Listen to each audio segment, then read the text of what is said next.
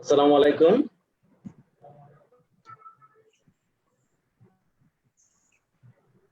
Professor Zia Ali sir আমাকে শুনতে পাচ্ছেন? হ্যাঁ, শুনতে পাচ্ছি। আমার ফেসবুকে দাও, আর রেকর্ড করা দরকার নেই প্রোগ্রাম। হ্যাঁ, আমরা অলরেডি মিটিং এ ঢুকে গেছি। কোনো সমস্যা নেই। আমি শুনতে পাচ্ছি। আসসালামু আলাইকুম। সিমস বাংলাদেশের পক্ষ থেকে সবাইকে সাদর সম্ভাষণ। আপনারা জানেন আজকে আপনাদের সামনে আমরা হাজির হয়েছি টাইম ম্যানেজমেন্টের উপর বেশ কিছু পর্যালোচনা আলাপ আলোচনা করার জন্য। আর এই টাইম ম্যানেজমেন্টের উপরে আলাপ আলোচনা করার জন্য ইতিমধ্যে আমাদের সাথে উপস্থিত আছেন দেশবরেণ্য লেখক, ইন্টারন্যাশনাল ইউনিভার্সিটি অফ স্কলার্স এর departmental head of business administration professor Zia Ali. তো আমরা ওনাকে পেয়ে আমরা ধন্য। আজকের এই সেশন অনেক সুন্দর হবে এই আশাবাদ ব্যক্ত করে আমি আর বেশি সময় নিব না এবং আমি আমার মাইক্রোফোনটা দিয়ে দিচ্ছি আজকের এই প্রোগ্রামের মধ্যমণি প্রফেসর জিয়া আলী স্যারকে। স্যার, আপনি শুরু করতে পারেন। ধন্যবাদ ইসমাইল। আমার ফেসবুক থেকে একটু শেয়ারের ব্যবস্থা করো, অনেকে অপেক্ষা করছে, আমার স্টুডেন্টরা, বিশেষ করে এমডি এর স্টুডেন্টরা। ওদের জন্য আমার ফেস থেকে শেয়ারিংটা হওয়া জরুরি, কারণ অনেকেই তোমার ইয়ের কারণে হয়তো আসতে পারবে না। তো আমার ফেসবুক পেজ থেকে গেলে তাদের জন্য সুবিধা হবে। সবাইকে ধন্যবাদ। আসলে অনেকদিন পর আবার হয়তো আপনাদের সাথে একত্র হলাম টাইম ম্যানেজমেন্ট সেশন নিয়ে। কেমন আছেন সবাই? আশা করি সবাই ভালো আছেন। আলহামদুলিল্লাহ বলতে হবে এই জন্য যে বিশ্বের 50 লক্ষ মানুষ বর্তমানে কোভিড-19 আক্রান্ত। সেখানে আল্লাহ পাকের বিশেষ রহমত যে আমি আপনি সুস্থ আছি, সবাই আলহামদুলিল্লাহ বলি। আমি যে অনুরোধটা করব, সেশন চলাকালীন সময় আপনারা অবশ্যই কাগজ কলম সাথে নেবেন, কারণ আমার কথার ফাঁকে প্রচুর রেফারেন্স থাকবে বই পুস্তকের, এগুলা লিখে নিলে আপনার জন্য সুবিধা হবে। এই জন্য আমি সবসময় সেশন গুলোতে চেষ্টা করি সবাইকে বলি যে কাগজ কলম সাথে রাখার জন্য। আর যে কোনো ট্রেনিং সেশনেরই কিছু নিয়ম কানুন বা কিছু প্রিন্সিপাল থাকে। আমি শুধু এইটুকু বলবো যে খোলা মনে ট্রেনিংটা এনজয় করবেন। এটা অন্য 10টা ট্রেনিং এর মতো না। আমি জাস্ট আলাপ আলোচনা করব। আমার আলোচনা বিভিন্ন গল্প এর মাধ্যমে বিষয়গুলো বেরিয়ে আসবে আশা করি। টাইম ম্যানেজমেন্ট কিভাবে করব, কিভাবে করতে হবে, এবং লাইফের কি ডেভেলপমেন্টের জন্য টাইম ম্যানেজমেন্ট কতটা জরুরি, এই বিষয়গুলো নিয়ে মূলত আমরা কথা বলবো। আপনাদের ভালো লাগবে নিশ্চয়। আসলে 1805 সালে একটা যুদ্ধ হয়েছিল, যেখানে অস্ট্রিয়ান এবং রাশিয়ান অ্যালায়েন্সের সাথে নেপোলিয়ন বোনাপার্টের যুদ্ধ। সেই যুদ্ধে নেপোলিয়ন বোনাপার্ট যুদ্ধে জিতে যায় এবং পরবর্তীতে নেপোলিয়ন খুব আক্ষেপ করে বলেন যে অস্ট্রিয়ান বাহিনী মাত্র 5 মিনিটের মূল্য বুঝে নাই বলে আমি যুদ্ধে জিততে পেরেছি এবং তারা যুদ্ধে হেরে গিয়েছিল। অর্থাৎ অস্ট্রিয়ান বাহিনী 5 মিনিটের মূল্য বুঝে নাই, আর এই জন্য তারা বিশাল একটা যুদ্ধে হেরে যায়। তো আমাদের ব্যক্তি জীবনেও, আমাদের পারিবারিক বলুন, কর্পোরেট জব বলুন, যেখানে আমরা যদি সময়ের মূল্যটা না বুঝি, ঠিক যুদ্ধে নেপোলিয়নের এই যুদ্ধের মতো আমরা হয়তো অস্ট্রিয়ানদের মতো হেরে যাব। আর এই জন্য আজকের এই সেশন আশা করি আপনাদের ভালো লাগবে। স্টিফেন লিকক, উনি একজন দার্শনিক ছিলেন, অনেক বড় দার্শনিক। উনি বলেছেন যে আমাদের জীবন, আমাদের এই জীবনের ছোট্ট শোভাযাত্রা কি অদ্ভুত। শিশু ভাবে আমি যখন বড় হব, কিন্তু বড় হবার পর সে বলে আমি যখন আরো বড় হব, আরো বড় হলে সে ভাবে আমি যখন বিয়ে করব, কিন্তু বিয়ের পর কি হলো, চিন্তাটা দাঁড়ালো আমি যখন আবার অবসর নেব, কিন্তু অবসর নেওয়ার পর পিছনে ফিরে তাকালে দীর্ঘশ্বাসের মতো শীতল পরশ যেন হয়ে যায়, কারণ জীবনের সব উপভোগ হতে সে বঞ্চিত হয়েছে, কারণ সে তার জন্য নির্ধারিত সময়ে নির্দিষ্ট কাজটি সে করেনি, সে শুধু সামনের দিকে তাকিয়েছে, তাকায়নি প্রতিটি মুহূর্তের দিকে, প্রতিটি দিনের দিকে। ইসমাইল, আমার কথা কি শুনতে পাচ্ছেন আপনারা সবাই? ইসমাইল? জি, আপনার কথা শুনতে পাচ্ছি আমরা। আচ্ছা, পার্টিসিপেন্টরা শুনতে পাচ্ছে?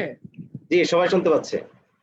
আচ্ছা, তো এই জন্য উমর খয়াম যেটা বলেছেন, আপনি উমর খয়াম সম্পর্কে আপনারা জানেন, উনি অনেক অনেক বড় একজন ফার্সি কবি ছিলেন। উনি বলেছেন, নগদ যা পাও হাত পেতে নাও, বাকির খাতায় শূন্য থাক, দূরের বাদ্য কাজ কি শুনে, মাঝখানে যে বেজায় ফাঁক। অর্থাৎ আজকের দিনটা আমাদেরকে বাঁচার জন্য বলেছেন, আজকের দিনটা সুন্দর করে এনজয় করতে বলেছেন আমাদেরকে।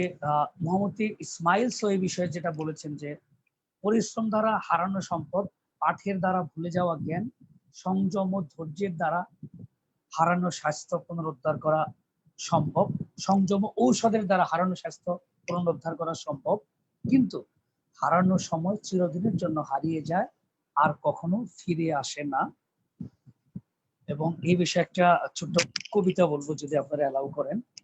যদু গোপালের একটা কবিতা আছে এরকম, সময় হইলে গত কিন্তু একবার, পারো কি কিনতে দেহ ক্ষণমাত্র তার, রাশি রাশি ধন দাও অমূল্য রতন, একবার গেলে আর আসিবে না, আসিবার নয়, নিতান্ত নির্বোধ যেই শুধু সেই জন, অমূল্য সময় করে বৃথায় যাপন। যদু।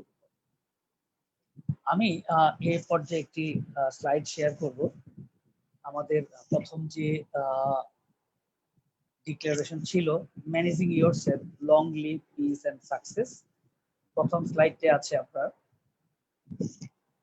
2020 সালে ইউনাইটেড নেশনস থেকে যে মানে world 10 life expectancy of world population, মানে বিশ্বের কোন দেশের মানুষ বেশি বাঁচে, এটা একটা লিস্ট আছে। এই লিস্টে আমি 10টা দেশকে এখানে দেখাবো।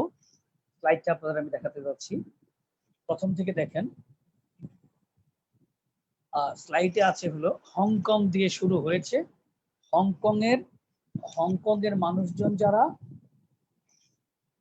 হংকং এর মানুষ 85 বছরের বেশি বাঁচে, 85.20 বলা হয়েছে। এরপরে আছে জাপান, জাপানের লোকজন বাঁচে হলো 85 বছর। এরপরে আছে হলো ম্যাকাও, ম্যাকাও চীনের একটা ক্ষুদ্র দ্বীপ রাষ্ট্র। এখানকার লোকজন বাঁচে আপনার 85 বছরের একটু উপরে, সরি 84 বছরের একটু উপর। সুইজারল্যান্ড 84 বছর, সিঙ্গাপুর 84 বছর, ইটালি 84 বছর। এরপর আছে স্পেন 83 বছর, অস্ট্রেলিয়া 83 বছর। এরপর চ্যানেল আইল্যান্ড, এটা হলো আপনার ইউরোপের একটি, নর্থ ওয়েস্টার্ন ইউরোপের একটি দেশ। এখানকার যারা জনগণ চ্যানেল আইল্যান্ডে 83 বছরের একটু বেশি, এবং আইসল্যান্ডের লোকজন যারা, তারা বাঁচে হলো 83.52 এরকম। তো আমার প্রশ্ন হলো, বাংলাদেশে যারা পার্টিসিপেন্ট আছে আমাকে বলবেন যে আমাদের গড় আয়ু আসলে কত, আমরা কতটুকু বাঁচি বা কি অবস্থা, একটু বলবেন কেউ? ইসমাইল, শোনা যাচ্ছে? শোনা যাচ্ছে? হ্যাঁ, বাংলাদেশের গড় আয়ুটা কেমন একটু বাংলাদেশের গড় আয়ু পার্টিসিপেন্টদের কাছ থেকে, নট অ্যাকুরেটলি হতে হবে বিষয়টা এরকম না, জাস্ট আমি জানতে চাচ্ছি যে আমাদের ধারণাটা, জাস্ট আমাদের ধারণাটা জানতে চাচ্ছেন প্লিজ। মানে আমরা দেখলাম সর্বোচ্চ হংকং 85 বছর, হংকং এর মানুষ সর্বোচ্চ 85 বছর বাঁচে, এবং আইসল্যান্ড 10 বছর। বাংলাদেশের অবস্থান হলো, বাংলাদেশের মানুষের এই এই এই যে সিরিয়ালটা বললাম, এখানে বাংলাদেশের অবস্থান আছে অনেক নিচে, মানে একেবারে 108 এর পর্যায়ে আর কি। সো আমি জানতে চাচ্ছি যে বাংলাদেশের মানুষ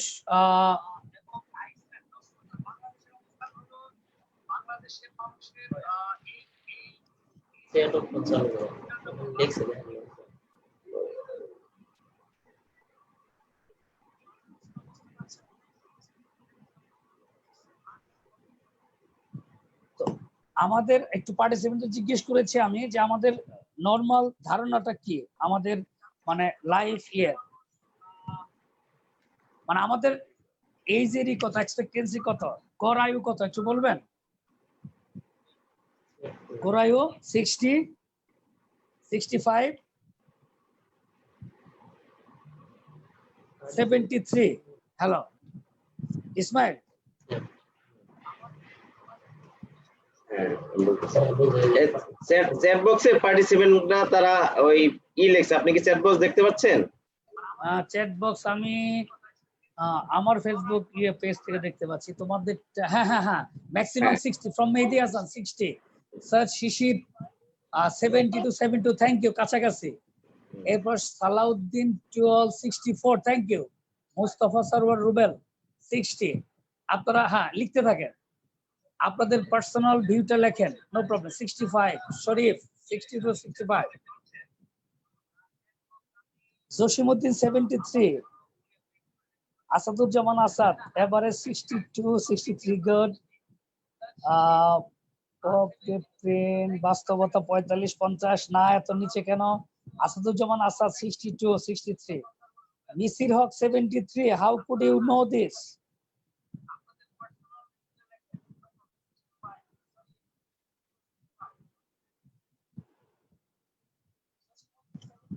আমাদের গড় বর্তমানে আয়ু জাতিসংঘের যে ওয়ার্ল্ড এক্সপেক্টেন্সি ইয়ার আছে সেখানে হলো 73 পয়েন্ট সামথিং। তার মানে আমরা আগে যেটা ভাবতাম যে বাংলাদেশের মানুষের গড় আয়ু 60, এটা ঠিক না। বাংলাদেশের মানুষের গড় আয়ু বর্তমানে 73।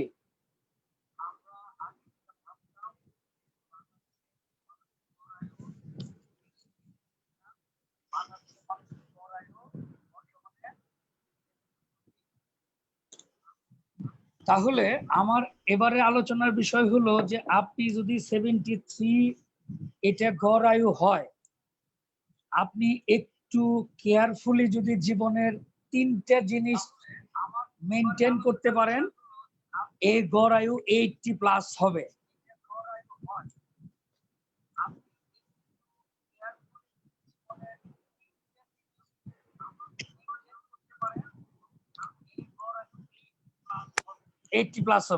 হযরত শাহজালাল রহমতুল্লাহ আলাইহি বেঁচে ছিলেন 150 বছর।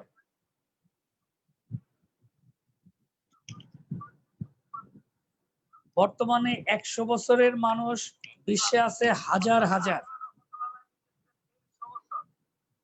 আপনি 80 বছর যদি বাঁচতে চান তাহলে আপনার জন্য 3টে বিষয় আমি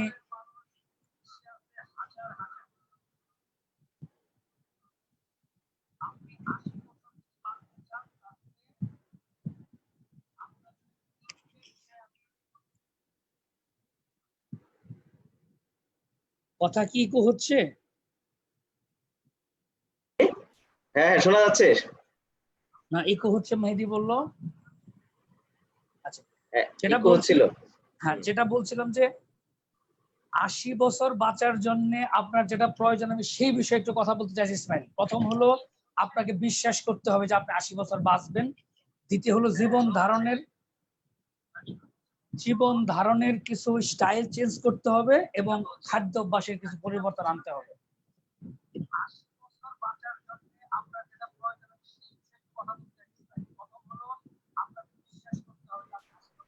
স্যার প্রফেসর জিয়ালি স্যার, ইকো হচ্ছে আর কি, আপনার কথাটা ভাইব্রেশন হচ্ছে আর কি। আমার ফেসবুকের কারণে কি এটা হচ্ছে? আমার পেজের কারণে কি হচ্ছে এটা নাকি আপনাদের কারণে?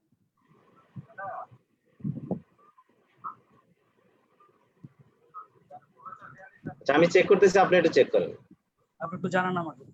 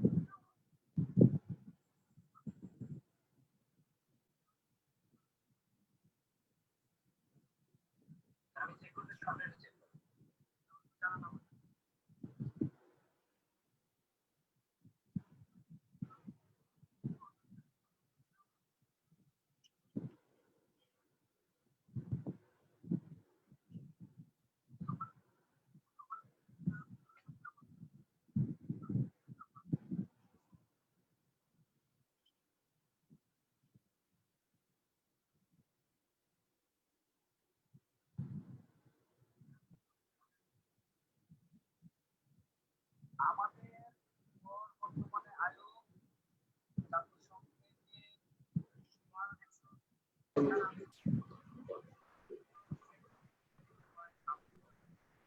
Professor জিয়ালি sir. বলেন।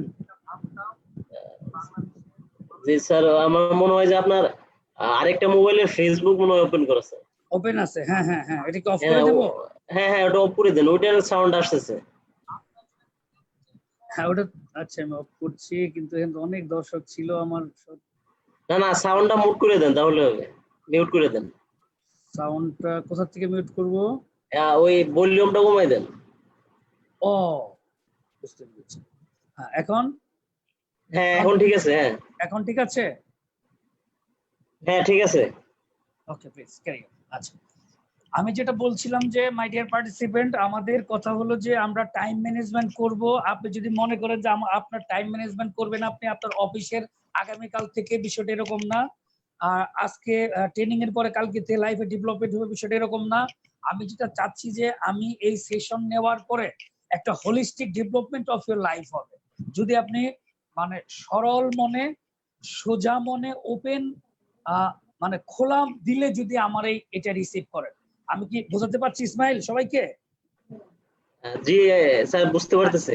Thank you. তাহলে 80 ইয়ার্স প্লাস আপনি বাঁচবেন সেই বিষয়টা আপনাকে বলি, এবং যেটা আপনার ডাক্তারের কাছে যেতে হবে না, এটা নিয়ে বলে পরে আমি টাইম ম্যানেজমেন্ট হলো একটা মাইক্রো সেন্সে, ওটা আমি পরে আলোচনা টাইম টু টাইম করে আসবো, ঠিক আছে? আচ্ছা, তো 80 বছর বাঁচার জন্য আপনার যেটা করতে হবে সেটা হলো আপনার 3টা জিনিসের মধ্যে আপনার বিশ্বাস আনতে হবে, 3টা জিনিসের পরিবর্তন আনতে হবে। কথা বলো, আপনার বিশ্বাসের পরিবর্তন। কি বিশ্বাস?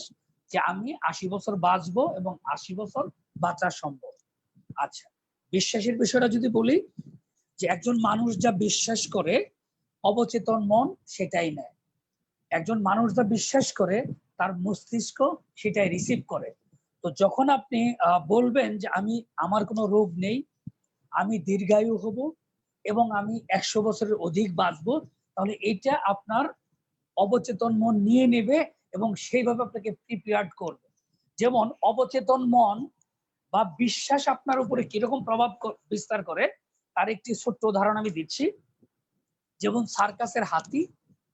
সার্কাসের হাতিকে প্রথমে যখন ধরা হয় শিশু হাতি, তখন তাকে শিকল দিয়ে বেঁধে রাখা হয় এবং সে বনের এই ওয়াইল্ড প্রাণী খুব পা টানে, মারাত্মক ভাবে সে নিজেকে দগ্ধ করে, আহত করে, এবং তার পা ছিঁড়ে যায়, রক্ত পড়ে। একটা সময় শিকল পরিয়ে রাখে, সে আর পা টানে না, কারণ টানলেই রক্ত বেরোয় এবং সে ব্যথা পায়। পরবর্তীতে সার্কাস যখন তাকে নিয়ে আসে, তখন এই হাতিটাকে কিন্তু আপনার ওই লোহার শিকল না, কুটি সুতা দিয়ে বেঁধে রাখে এবং হাতি কখনো তার পা টানে না, কারণ তার মস্তিষ্কে ঢুকে যায় যে পা টানলে রক্তাক্ত হবে, ব্যথা পাবে, তখন সে পা টানে না, যে তার মস্তিষ্কে এটা ঢুকে নিয়ে নিয়েছে সফটওয়্যারে। তো দেখা গিয়েছে যে সার্কাসের তাঁবুতে আগুন লেগে সব পুড়ে গিয়েছে। ভাইরাস, মুরগি ফাঁকতে উড়ে গেছে, ছাগলের দড়ি পুড়ে গেছে, ছাগল চলে গিয়েছে, ঘোড়া বা অন্য অন্য প্রাণীগুলো চলে গিয়েছে, কিন্তু প্রবলেম যেটা হয়েছে হাতি পা টানে নাই। ট্রাই টু আন্ডারস্ট্যান্ড, মানে হাতির মস্তিষ্কের সফটওয়্যার চেঞ্জের কারণে হাতি পা টান দেয় নাই, শুধু হাতি পুরো অঙ্গার হয়ে গিয়েছে। মানুষ আপনি আমি ঠিক হাতির মতো। Try to understand. একটা গুবরে পোকা যেটা আপনি একটা বোতলের মধ্যে দিবেন, বোতলের মুখটা খুলে দিবেন, দিয়ে কিছুক্ষণ সে ওঠার চেষ্টা করবে, একটু পর সে আর উঠবে না, মানে চেষ্টাই করবে না। কারণ কি? কারণ গোবরে পোকা জানে যে আমি এখান থেকে বেরোতে পারবো না, এটা থেকে আমার পক্ষে বেরোনো সম্ভব না, তার মস্তিষ্কটা নিয়ে নেয়। তো আপনি যদি আপনার মস্তিষ্ককে বারবার দিতে পারেন, আপনার পণ্ডিত হওয়া দরকার নাই। বিষয়টা বোঝার চেষ্টা করেন। আমি গত সেশনে বলেছিলাম স্ট্রেস ম্যানেজমেন্টে যে আমরা ধর্মের অনেক কিছুই জানি না, কিন্তু ধর্মের সৌন্দর্যটা আমরা নেব। আমরা বাতাসের সাইন্টিফিক কিছুই হয়তো জানি না, আমরা যারা কমার্সের বা আর্টসের মানুষ, তাই বলে বাতাসে আমরা নিঃশ্বাস নিচ্ছি না, আমরা নিচ্ছি। তো আপনি শুধু বিশ্বাস করেন, তাহলে এই বিশ্বাসগুলো আপনার ভিতরে আসবে, আপনি ফল পাবেন। একজন যেমন গত সেশনে আমি বাজ পাখির একটা গল্প বলেছিলাম, যে বাজ পাখির আয়ু হয় 12 থেকে 15 বছর, সেই বাজ পাখি, কিছু কিছু পাখি কিন্তু 70 বছর বাঁচে। গত সেশনে বলেছিলাম, আজকে আমি এটা বলবো না। শুধু আপনাকে এটা বলতে চাচ্ছি যে আপনি 60 আমাদের গড় আয়ু, এটা থেকে যদি 80 বা 100 যেতে চান, প্রথমে আপনি বিশ্বাসের জায়গাটা চেঞ্জ করুন। আপনি বিশ্বাস করতে শুরু করুন যে আপনার পক্ষে 80 বছর বাঁচা সম্ভব। এটা হলো প্রথম কথা। সরি, 100 বছর বাঁচা সম্ভব, 90 বছর বাঁচা সম্ভব, এটা বিশ্বাস করুন। দ্বিতীয় হলো জীবন ধারণ বা স্টাইল চেঞ্জ করুন। কি স্টাইল? প্রথমত জীবন আচার পরিবর্তন করতে হবে। ইসমাইল, আপনারা কি শুনতে পাচ্ছেন?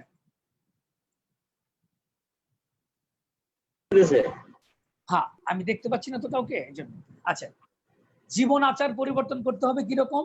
যেমন আপনার রাগ পোষা যাবে না, ট্রাই টু আন্ডারস্ট্যান্ড। আমার যত পার্টিসিপেন্ট আজকে আছেন তাদেরকে শুধু এইটুকু বলছি যে আপনি রাগ পুষিয়ে রাখবেন না। রাগ পুষে রাখা হলো নিজের ঘরে নিজে আগুন দেওয়ার মতো। অর্থাৎ আপনি মেসের কাঠি দিয়ে আপনার ঘরে আগুন দিয়ে দূরে বসে আছেন, ঘর পুড়ছে। আপনি যার জন্য রাগ পুষে আছেন সে কিন্তু ঘুমাচ্ছে, খাচ্ছে, ফ্যামিলি নিয়ে মজা করছে, অফিস করছে, কিন্তু আপনি জ্বলে পুড়ে মরছেন, আপনার আয়ু ক্ষয় করছেন, আপনার সুন্দর সময় নষ্ট করছেন, বাট সে কিন্তু গার্লফ্রেন্ড নিয়ে মজা করছে। Try to understand. তো রাগ পোষা যাবে না। ভারতের একজন ধর্মগুরু দাদা ভগবান বলেছেন যে রাগ পুষে রাখা মানে নিজের ঘরে নিজে আগুন দেওয়া। তাহলে আপনাকে ক্ষমা করে দিতে হবে, আপনাকে ক্ষমা করে দিতে। আপনি জানেন আমাদের নবীজি তার ব্যক্তিগত কারণে কারো উপর কোনো প্রতিশোধ নেয়নি। আবার বলছেন, নবীজি যুদ্ধে কিন্তু নবীজি ব্যক্তিগত প্রতিহিংসা হয়ে উনি কারো উপর প্রতিশোধ নেয়নি। তো আপনার যারা রাগী মানুষ, আমি বলে দিচ্ছি, আপনার আয়ু যদি থাকে 60 বছর গড় আয়ু, আপনি বাঁচবেন ভাই 40 থেকে 50, এর বেশি না, গ্যারান্টি দিলাম। সো রাগ ঝেড়ে ফেলতে হবে, জীবন আচার, ক্ষমা করতে হবে। তৃতীয় হলো ঘুম, প্রচুর ঘুমাতে হবে, অর্থাৎ যতটুকু আপনার শরীর চায়। রাত জেগে আপনার জি বাংলার সিনেমা দেখা, তামিল ছবি আমি মাঝে মাঝে দেখি, দেখা যাবে না, কারণ রাতটা ঘুমের জন্য দিয়েছে, এটা পবিত্র কোরআনেও আছে, রাত ঘুমের জন্য। আপনাকে আমি বলছি যে রাতের আধারে আপনার শরীরে মস্তিষ্ক হরমোন নিঃসরিত হয়, যেটা যেটা হ্যাঁ, রাগ না থাকলে গার্মেন্টসে জব করা যাবে না, সেটা পরে বলছি, রাগ কোথায় কিভাবে কাটাবেন। বাট এটা নিজের রাগের কথা বলছি, নিজে পুষে রাখা, কসমস করা। রেগে গেলেন তো হেরে গেলেন, হ্যাঁ, এই জায়গাতে বলেছি, এই জায়গাটা আপনাকে ঠিক করতে হবে। আর রাগ যেটা দেখাবেন, এটা দেখাবেন হলো ওই কাজটা আদায় করার জন্য, ওটা ডিফারেন্ট ইস্যু, আন্ডারস্ট্যান্ড? ওটা ভেতরে নিবেন না। অনেকে দেখুন, ছোটবেলায় অনেকে বিড়ি খেতে দেখেছি আমরা ভাই বাদারদের, যে অনেকে বিড়ি টানতো কিন্তু ধোয়া ভিতরে নিত না।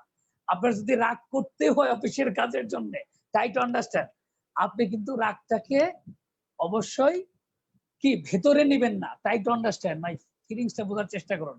মানে বিড়ির ধোয়া ভেতরে নেওয়া যাবে না, এরকম আর কি। সরি, বিড়ি খাওয়া তো যাবেই না, যাক। তো রাতে ঘুমাতে হবে। আরেকটা বিষয় আপনাকে বলছি, জীবন আচার, খাদ্যাভ্যাসের বিষয়টা আমি বলবো, সেটা হলো যত কম খাবেন তত বেশি দিন বাঁচবেন। আবার বলছি, শুনেন, আপনি যত কম খাবেন তত বেশি দিন বাঁচবেন।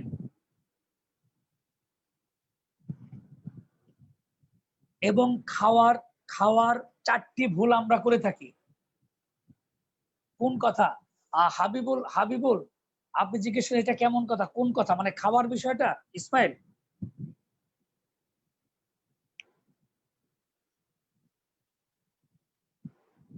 হ্যাঁ, খাওয়ার অর্থাৎ হাবিবুল, মানে আপনি আপনি যত কম খাবেন তত বেশি দিন বাঁচবেন। এটা ভাই বিজ্ঞানের কথা। এটা নিয়ে আর একটা সেশন হবে 2 ঘন্টা। আপনাকে আমি বলে দিলাম, আপনি বোঝার চেষ্টা করেন যে আপনার ক্ষুধা পেটে রেখে খেতে হবে। নবীজি বলছেন, তোমার পেটের 3টা ভাগ করো। এক ভাগ হলো খাবার থাকবে, এক ভাগ হলো কি থাকবে, এক ভাগ ক্ষুধা থাকবে, এক ভাগ খাবার থাকবে, এক ভাগ খালি থাকবে, সরি, এক ভাগ ফাঁকা থাকবে, আর এক ভাগ পানি থাকবে, এক ভাগ খাবার পানি, থাকবে। হ্যাঁ, এক ভাগ পানি থাকবে, এক ভাগ খাবার থাকবে, এক ভাগ টাকা থাকবে।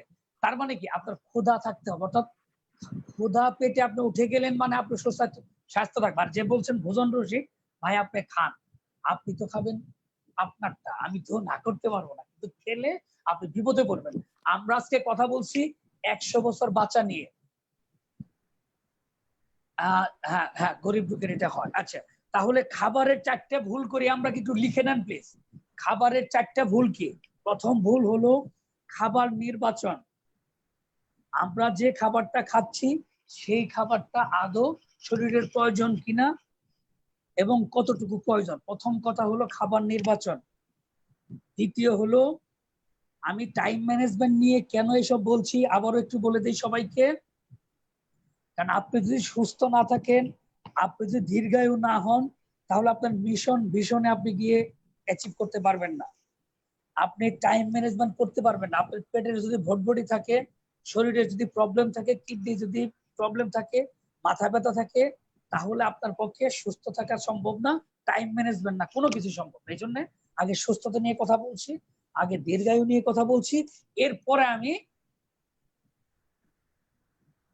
কথা বলবো টাইম ম্যানেজমেন্ট। প্লিজ, খাবার নির্বাচনে আমাদের কিছু প্রবলেম আছে, খাদ্যের পরিমাণগত কিছু প্রবলেম আছে, খাবার গ্রহণের সময় কিছু প্রবলেম। সময়ের প্রবলেমটা আমি বলি, আপনি যদি দিনে খান তাহলে রাতে খাবেন না, যদি রাতে খান তাহলে দিনে খাবেন না। বিশ্বের কোনো প্রাণী, শুধু মানুষ বাদে, রাতে কেউ আহার করে না। রাতে 1-2টা প্রাণী আহার করে, বাদুড় এবং 1-2 জন, যারা আবার দিনে আহার করে না। ইসমাইল, আমার কথা কি শুনতে পাচ্ছেন পার্টিসিপেন্টরা? হ্যাঁ জি স্যার, সবাই শুনতে পাচ্ছে। Thank you. আমি যেটা বলছিলাম যে আপনি যদি দিনে খান তাহলে রাতে খাওয়া যাবে না, বেলা ডোবার পর আর খাওয়া যাবে না। আবার যদি রাতে খান তাহলে দিনে কিছুই খাওয়া যাবে না। আচ্ছা, শুধুমাত্র বিশ্বের কোনো প্রাণী মানুষ ছাড়া কেউ ডাক্তারের কাছে যায় না, কারণ তারা প্রকৃতির নিয়ম মেনে চলে। কি নিয়ম? কোনো প্রাণী দিনে যারা খায় ওই প্রাণীগুলো রাতে খায় না, যারা রাতে খায় তারা দিনে খায় না। রাতে বাদুড় খায়, এই জন্য বাদুড় দিনে খায় না। রাতে শিয়াল খায়, দিনে শিয়াল খায় না। এটা আপনি 1-2টা ব্যতিক্রম হতে দেখতে পারেন, বিপদে পড়ে তারা খেতে পারে, নরমালি তারা খায় না। সো খাবারের গ্রহণের সময়টা খুবই ইম্পর্টেন্ট। তাহলে খাবারের 4টা ভুল কি? খাবার নির্বাচন একটা ভুল, খাদ্যের পরিমাণগত একটা ভুল, খাবার গ্রহণের সময়ের একটা ভুল, এবং লাস্ট হলো ভঙ্গিমার একটা ভুল। আজকের টপিকটা টাইম ম্যানেজমেন্ট, কিন্তু 2 ঘন্টার সেশন আমরা শুরু করেছি কিভাবে আপনি লং ডেজ লিভ করবেন, মানে বেশি দিন বাঁচবেন, সুস্থ থাকবেন। বেশি দিন বেঁচে সুস্থ থাকলেই না আপনার টাইম ম্যানেজমেন্ট হবে।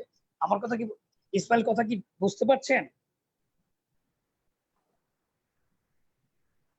স্যার না, মানে অনেকে প্রশ্ন করছে যে স্যার আজকে টপিক কি খাবার দাবার নিয়ে না টাইম ম্যানেজমেন্ট নিয়ে?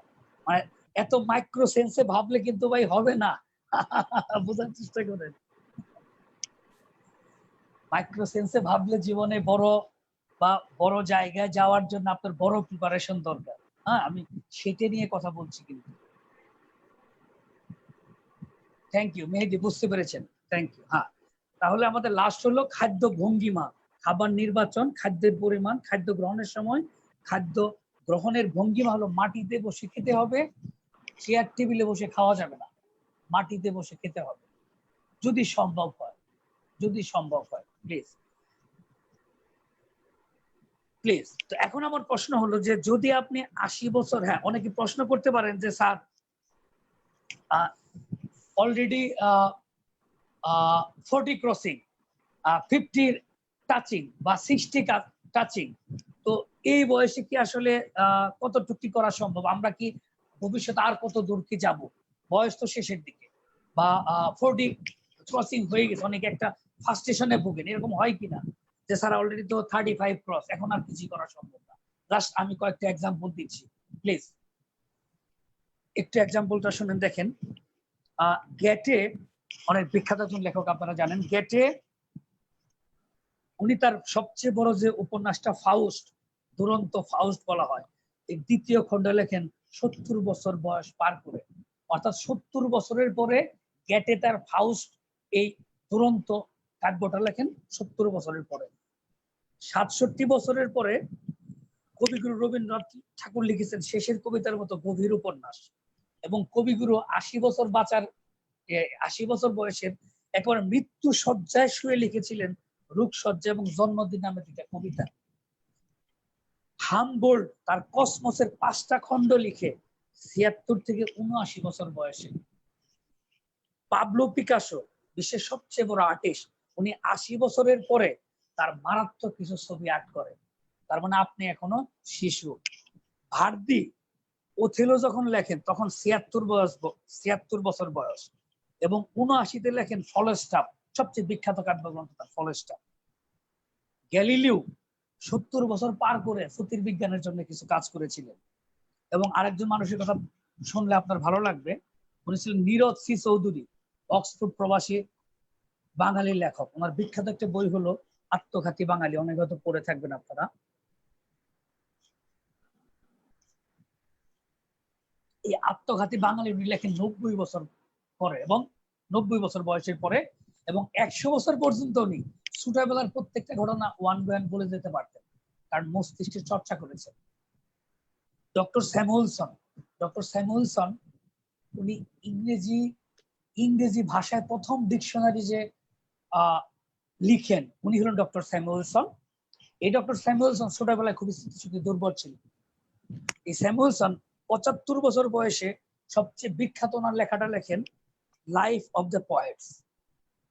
অথচ বাল্যকালে উনি খুবই পোর মেমোরির একজন মানুষ ছিলেন।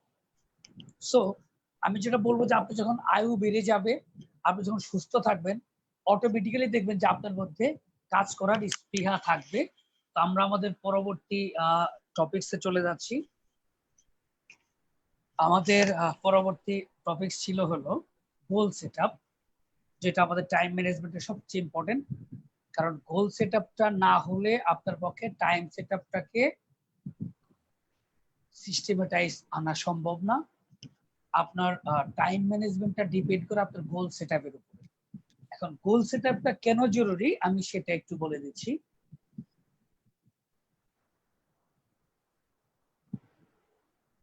গোল সেটআপটা আপনাকে যদি বলি যে আপনি কেন গোল সেটআপ করবেন, আসলে যখন আপনার মধ্যে গোল সেটআপ থাকবে তখন কাজের গতি বেড়ে যাবে। হার্ভার্ড ইউনিভার্সিটিতে 1979 থেকে 1989 সাল পর্যন্ত 10 বছর একটা রিসার্চ হয়েছিল। ইসমাইল শুনতে পাচ্ছেন? জি স্যার, শোনা যাইতেছে। আচ্ছা, হার্ভার্ড ইউনিভার্সিটি, হার্ভার্ড বিজনেস স্কুলে যারা পড়ে তারা হলো বিশ্বের সবচেয়ে মেধাবী ছাত্র। 1979 থেকে 89 সালে একটা রিসার্চ হয়েছিল এখানকার 100 ছাত্রের মধ্যে, যে কতজন ছাত্রের গোল আছে এবং কতজনের গোল নেই। তার মধ্যে দেখা গেল যে হার্ভার্ডের ছাত্র তো সবাই ওয়ার্ল্ড ফেমাস স্টুডেন্ট, তারা বলল, দেখা গেল যে 79 সালে দেখা গেল যে 84 জনের কোনো গোল নেই। তারা বলল যে আসলে আমরা তো ওয়ার্ল্ড ফেমাস ইউনিভার্সিটিতে পড়ি, বিজনেস স্কুলে, সো আমাদের গোল প্রয়োজন নেই, আমরা অটোমেটিক্যালি বিশ্বের সবচেয়ে বড় কোম্পানির সিইও হব। 13 জনের গোল ছিল কিন্তু রিটেন না, গোলটা রিটেন না। এরপরে ছিল 3 জন, তাদের রিটেন ছিল এবং তারা অ্যাকর্ডিংলি কাজ করত। আফটার 10 ইয়ার্স ঠিক এই রিসার্চার ওই 100 জনের কাছে আবার গিয়ে তারা কে কোথায় আছে দেখার চেষ্টা করলো। দেখেন, তারা প্রথমে গেল ওই 13 জনের কাছে যাদের গোল ছিল, মেন্টালি গোল ছিল বাট রিটেন না। দেখা গেল যে তারা এই 84 জনের ডবল স্যালারি ড্র করছে। এই 13 জন, ট্রাই টু আন্ডারস্ট্যান্ড, যাদের রিটেন গোল আছে তারা এই 13 জন, যারা মনে মনে গোল ছিল রিটেন না, তারা 84 জনের চেয়ে ডবল স্যালারি ড্র করছে। রিসার্চার এই 13 জনের কাছ থেকে গেলেন 3 জনের কাছে। 3 জনের কাছে গিয়ে দেখলেন তারা এমন পর্যায়ে আছেন, তারা এই 13 জন এবং 84 জন অর্থাৎ 97 জনের চেয়ে ডবল স্যালারি ড্র করছে। হার্ভার্ডের ওই স্টুডেন্ট গুলো যাদের 10 বছর আগে গোল ছিল, যেটা রিটেন ছিল এবং রিয়েলিস্টিক ছিল। সো কর্পোরেট বস আমার সাথে আজকে যারা আছেন, I don't know what ever your goal, just আজকে আপনি নতুন করে গোল সেট আপটা দেন।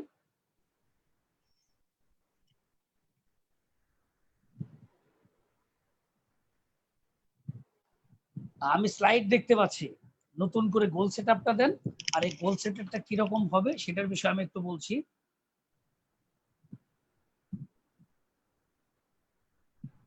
এখানে একটা স্মার্ট বলা হয়েছে, স্লাইড আপনারা দেখতে পাচ্ছেন। গোলটা স্মার্ট থিওরির উপরে হবে। প্রথম হলো স্পেসিফিক হবে, goal should be specific. Goal should be specific কিরকম? অর্থাৎ আপনি যে গোলটা সেট করবেন, অর্থাৎ আপনি যেখানে বর্তমানে জব করছেন,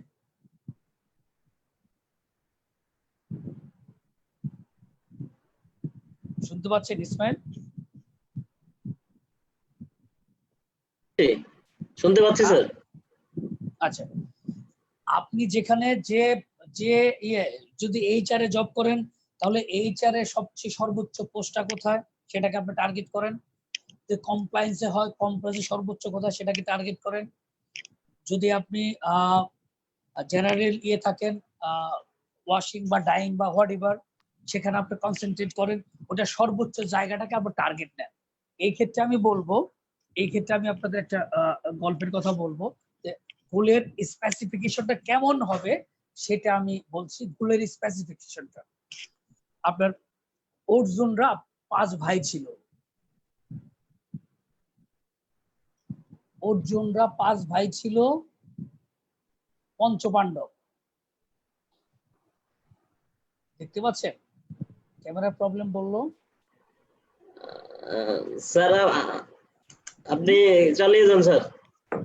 না, বলছে যে প্রবলেম হচ্ছে, কথা বলতে যাচ্ছে কিনা সেটা বলেন। জি স্যার, কথা পরিষ্কার শুনতে পাচ্ছি। Thank you. তো অর্জুনদের যে অস্ত্র গুরু ছিলেন দুর্যোধন, উনি এই 5 ভাইকে নিয়ে অস্ত্র বিদ্যার জন্য, অস্ত্র বিদ্যা শেখানোর জন্য, তীর চালনা শেখানোর জন্য এক বটবৃক্ষের কাছে নিয়ে গেলেন। আচ্ছা, বটবৃক্ষের কাছে নিয়ে প্রথমে ভীমকে বললেন যে ভীম, এই বট গাছের মধ্যে তুমি কি দেখতে পাচ্ছ, তীরটা টার্গেট করো, টার্গেট করো। ভীম বলল যে গুরু, আমি তো পুরো বট গাছ দেখতে পাচ্ছি। যুধিষ্ঠিরকে বলল, যুধিষ্ঠির তুমি কি দেখতে পাচ্ছ? বললাম আমি একটা ডাল দেখতে পাচ্ছি। নকুলকে বলো, নকুল তুমি কি দেখতে পাচ্ছ? বললো যে আমি একটা ডালের মধ্যে একটা পাখি দেখতে পাচ্ছি। সহদেব, সহদেব তুমি কি দেখতে পাচ্ছ? বলে আমি পাখির একটা অংশ দেখতে পাচ্ছি। যখন অর্জুনকে গুরু জিজ্ঞেস করলো, অর্জুন তুমি কি দেখতে পাচ্ছ? অর্জুন বললেন যে আমি গুরু শুধু পাখির চোখটা দেখতে পাচ্ছি। Try to understand. তো অর্জুনের গোলটা ছিল স্পেসিফিক্যালি পাখির চোখ। মাই ডিয়ার ভিউয়ার্স, লিসেনার, আপনার গোলটা এতটাই স্পেসিফিক হবে যে দ্যাট শুড বি লাইক অর্জুনস গোল, পাখির চোখটা সর্বোচ্চটা। আপনার এই স্পেসিফিকেশন যখন যাবেন, তখন আপনার জন্য ওটা অ্যাটেন্ড করা সহজ হবে, অ্যাটেন্ড করা। এবং আরেকটা বিষয় হলো যে আপনি যে গোলটা করবেন, সেটা সেটা আপনাকে যেটা করতে হবে, প্রতিদিন রাতে ঘুমানোর আগে, প্লিজ প্রতিদিন রাতে ঘুমানোর আগে আপনার অবচেতন মনকে বলবেন যে আমি কর্পোরেট গ্রুপ এইচআর হেড হতে চাই, বা আমি এটা হতে চাই, এটার জন্য আমার অবচেতন মন তুমি ব্যবস্থা নাও। বিশ্বের অনেক বড় বড় লেখক, দার্শনিক, তারা এই অবচেতন মনকে দিয়ে কাজ করাতেন।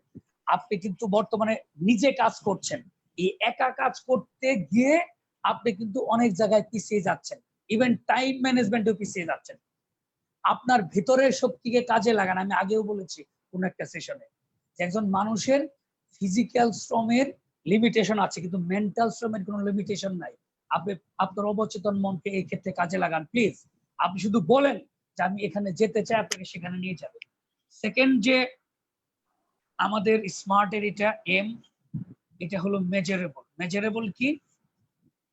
আপনি প্রতিদিন, প্রতি মাস, প্রতি সপ্তাহে আপনার গোলের দিকে যাচ্ছেন কিনা এটা মেজার করার মতো একটা মেজারমেন্ট স্কেল থাকতে হবে। কি, যেমন আপনি যদি গ্রুপ এইচআর হতে চান তাহলে বর্তমানে গ্রুপ এইচআর এর কয়টা ডিগ্রি আছে, আপনার কি আছে এটা লিখে ফেলুন। মাইক্রোবায়োলজি বস হতে চান, মাইক্রোবায়োলজির সর্বোচ্চ লেভেলে কি আছে, তাহলে আপনি ওইটার আপনার বর্তমান ল্যাকিংসটা কোথায়, গ্যাপটা খুঁজে বের করুন। এখন কাজ কিন্তু শুরু হয়ে গেছে আপনার, এবং আপনি সেই উদ্দেশ্যের জন্য আজকে কতটুকু কাজ করেছেন, এই জন্য কতটুকু সময় আপনি বেঁধে দিয়েছেন, আগামীকাল কতটুকু করলেন, এক সপ্তাহে কতটুকু করলেন, প্লিজ। অর্থাৎ আপনি প্রতিদিন আপনার এই গোলটা নিয়ে মেজার করার চেষ্টা করুন যে আপনার একাডেমিক্যালি কি কি ল্যাকিংস আছে খুঁজে বের করুন, প্রফেশনালি আপনার কি কি ট্রেনিং বা আদার্স নলেজ ল্যাকিং আছে সেটা খুঁজে বের করুন, আপনি ডায়েরি মেনটেন করুন গোলটার সাথে, এবং আপনার প্রতি ডেভেলপমেন্ট, ইংলিশের প্রবলেম থাকে সেটা ঠিক করুন, কমিউনিকেশন ব্যারিয়ার থাকলে সেটা ঠিক করুন। দেখেন আপনার গোলটা কিন্তু অনেক দূরে, সেটাকে আপনি অ্যাচিভ করার জন্য এই জায়গাগুলোতে আপনার প্রবলেম ছিল, আপনি আস্তে আস্তে কাজ করছেন। This is called measurability. আপনি কোথায় কতটুকু করলেন টুয়ার্ডস ইউর গোল, এটা আপনাকে প্রতিদিন বা প্রতিক্ষণে এটা অ্যাপ্লাই করতে হবে। এরপরে হলো অ্যাচিভেবল। অ্যাচিভেবল হলো যে আপনি যে গোলটা নেবেন সে গোলটা যেন অ্যাটেইনেবল হয়, অর্থাৎ এমন একটা গোল আপনার পক্ষে নেওয়া সম্ভব না যেমন আপনি আমেরিকার প্রেসিডেন্ট হবেন, এটা এটা আপনি হইতে পারবেন না বাংলাদেশ থেকে। কিন্তু আমেরিকার ট্রাম্প বা আমেরিকার প্রশাসনের একজন অ্যাডভাইজার হবেন, এটা স্বপ্ন দেখলে সম্ভব, বা এটা গোল সেট আপ করলে সম্ভব, যদি আপনার সেই মেন্টাল প্রিপারেশন থাকে। কারণ কারণ আমেরিকার ট্রাম্পের অ্যাডভাইজার নন আমেরিকান হতে পারে। হ্যাঁ, একজনের যেটা বলেছেন যে হাউ টু থিঙ্ক বিগার, ভালো বই আছে, এই বিষয়গুলো প্রচুর বই আছে। আপনাকে যেটা করতে হবে অ্যাটেইনেবল নিতে হবে, এবং সেটা রিয়ালিস্টিক হতে হবে। কি রিয়ালিস্টিক? অর্থাৎ আপনার গোলটা যেন আপনার বর্তমান লাইফের সাথে কম্পেয়ারেবল হয়। অর্থাৎ আপনার ইনকাম লেভেল কি, আপনার বর্তমান প্রফেশন কি, আপনার স্ট্রেংথ কি, আপনার উইকনেস কি, এই বিষয়গুলোকে আপনি যখন মেজারমেন্টের মধ্যে নিয়ে আসবেন, আপনার লাইফের সাথে অ্যালাইনমেন্ট করবেন, তখন আপনার এই গোলটা হবে রিয়েলিস্টিক, এবং এই গোলটা দ্রুত অ্যাটেইন করা সম্ভব হবে। এবং এরপর আপনি যেটা দেখবেন সেটা হলো টাইমলি, মানে গোলটাকে একটা টাইম ফ্রেমের মধ্যে নিয়ে আসতে হবে। কারণ আপনার যেটা আমি বলছিলাম যে হায়াত বাড়ায় দিলাম 100 বছর, বা হায়াত বাড়লো 80 বছর, এই জন্য আপনার গোল তো 80 বছর পর্যন্ত হলে চলবে না। আপনাকে একটা শর্ট টার্ম গোলে নিয়ে আসতে হবে, একটা লং টার্ম, অর্থাৎ একটা মিশন থাকবে, একটা ভিশন থাকবে, একটা মিশন থাকবে। আপনার ভিশনটা হলো লং টার্মে আপনি কোথায় যেতে চান, আর সেখানে যাওয়ার জন্য আপনি শর্ট টার্মে কি করতে চান, এটা হলো আপনার প্রতিদিনের কাজের মধ্যে এটাকে নিয়ে আসতে হবে। এটা হলো শর্ট টার্ম গোল। সো আপনার এই টাইম ফ্রেমের মধ্যে যখন আপনি এটা করবেন, তখন আপনার এই গোলটা অ্যাটেইনেবল হবে, এবং এই গোলটা আপনার জন্য সহজ হবে, এবং আপনি সেটাকে অ্যাচিভ করতে পারবেন। আরেকটি ইম্পর্টেন্ট টপিকস আমি এখানে নিয়ে আসছি গোলের মধ্যে, সেটা হলো প্রায়োরিটি সেট আপ করা। অর্থাৎ বেশিরভাগ মানুষ তাদের টাইম ম্যানেজমেন্ট এবং গোল সেট আপে যেটা প্রবলেম হয়, they can prioritise their job. অর্থাৎ তারা তাদের জবের জায়গাটাতে প্রায়োরিটাইজ করতে পারে না। মানে আমার কোনটা জরুরি বেশি, আমার গোলের জন্য বলেন বা প্রফেশনাল ক্ষেত্রে বলেন, আমি কোন কাজটা সবচেয়ে বেশি ইম্পর্টেন্ট দিয়ে করব, এই জায়গাটাতে আমাদের বেশি কাজ করতে হবে। অর্থাৎ প্রায়োরিটি সেট আপ করতে হবে লাইফের জন্য। প্রায়োরিটি অর্থাৎ যে কাজটা আমি 7 দিন পরে করলে চলো, এটা 7 দিন আগে করা যাবে না। যে কাজটা এখন করার দরকার আমার, সেটা আমাকে এখনই করতে হবে। এই প্রায়োরিটাইজটা করা আমাদের জন্য খুবই জরুরি। ইসমাইল, শুনতে পাচ্ছি সবাই? জি স্যার, পরিষ্কার শুনতে পাচ্ছি। Thank you. অনেকেই প্রশ্ন করছিলেন যে স্যার আসলে মূল টপিকসে আসেন। মূল টপিকসটা আমরা চলে আসছি বা আসতেছি আর কি। মূল টপিকস আমরা শুরু করবো। দেখেন স্লাইড হয়তো দেখতে পাচ্ছেন আপনারা।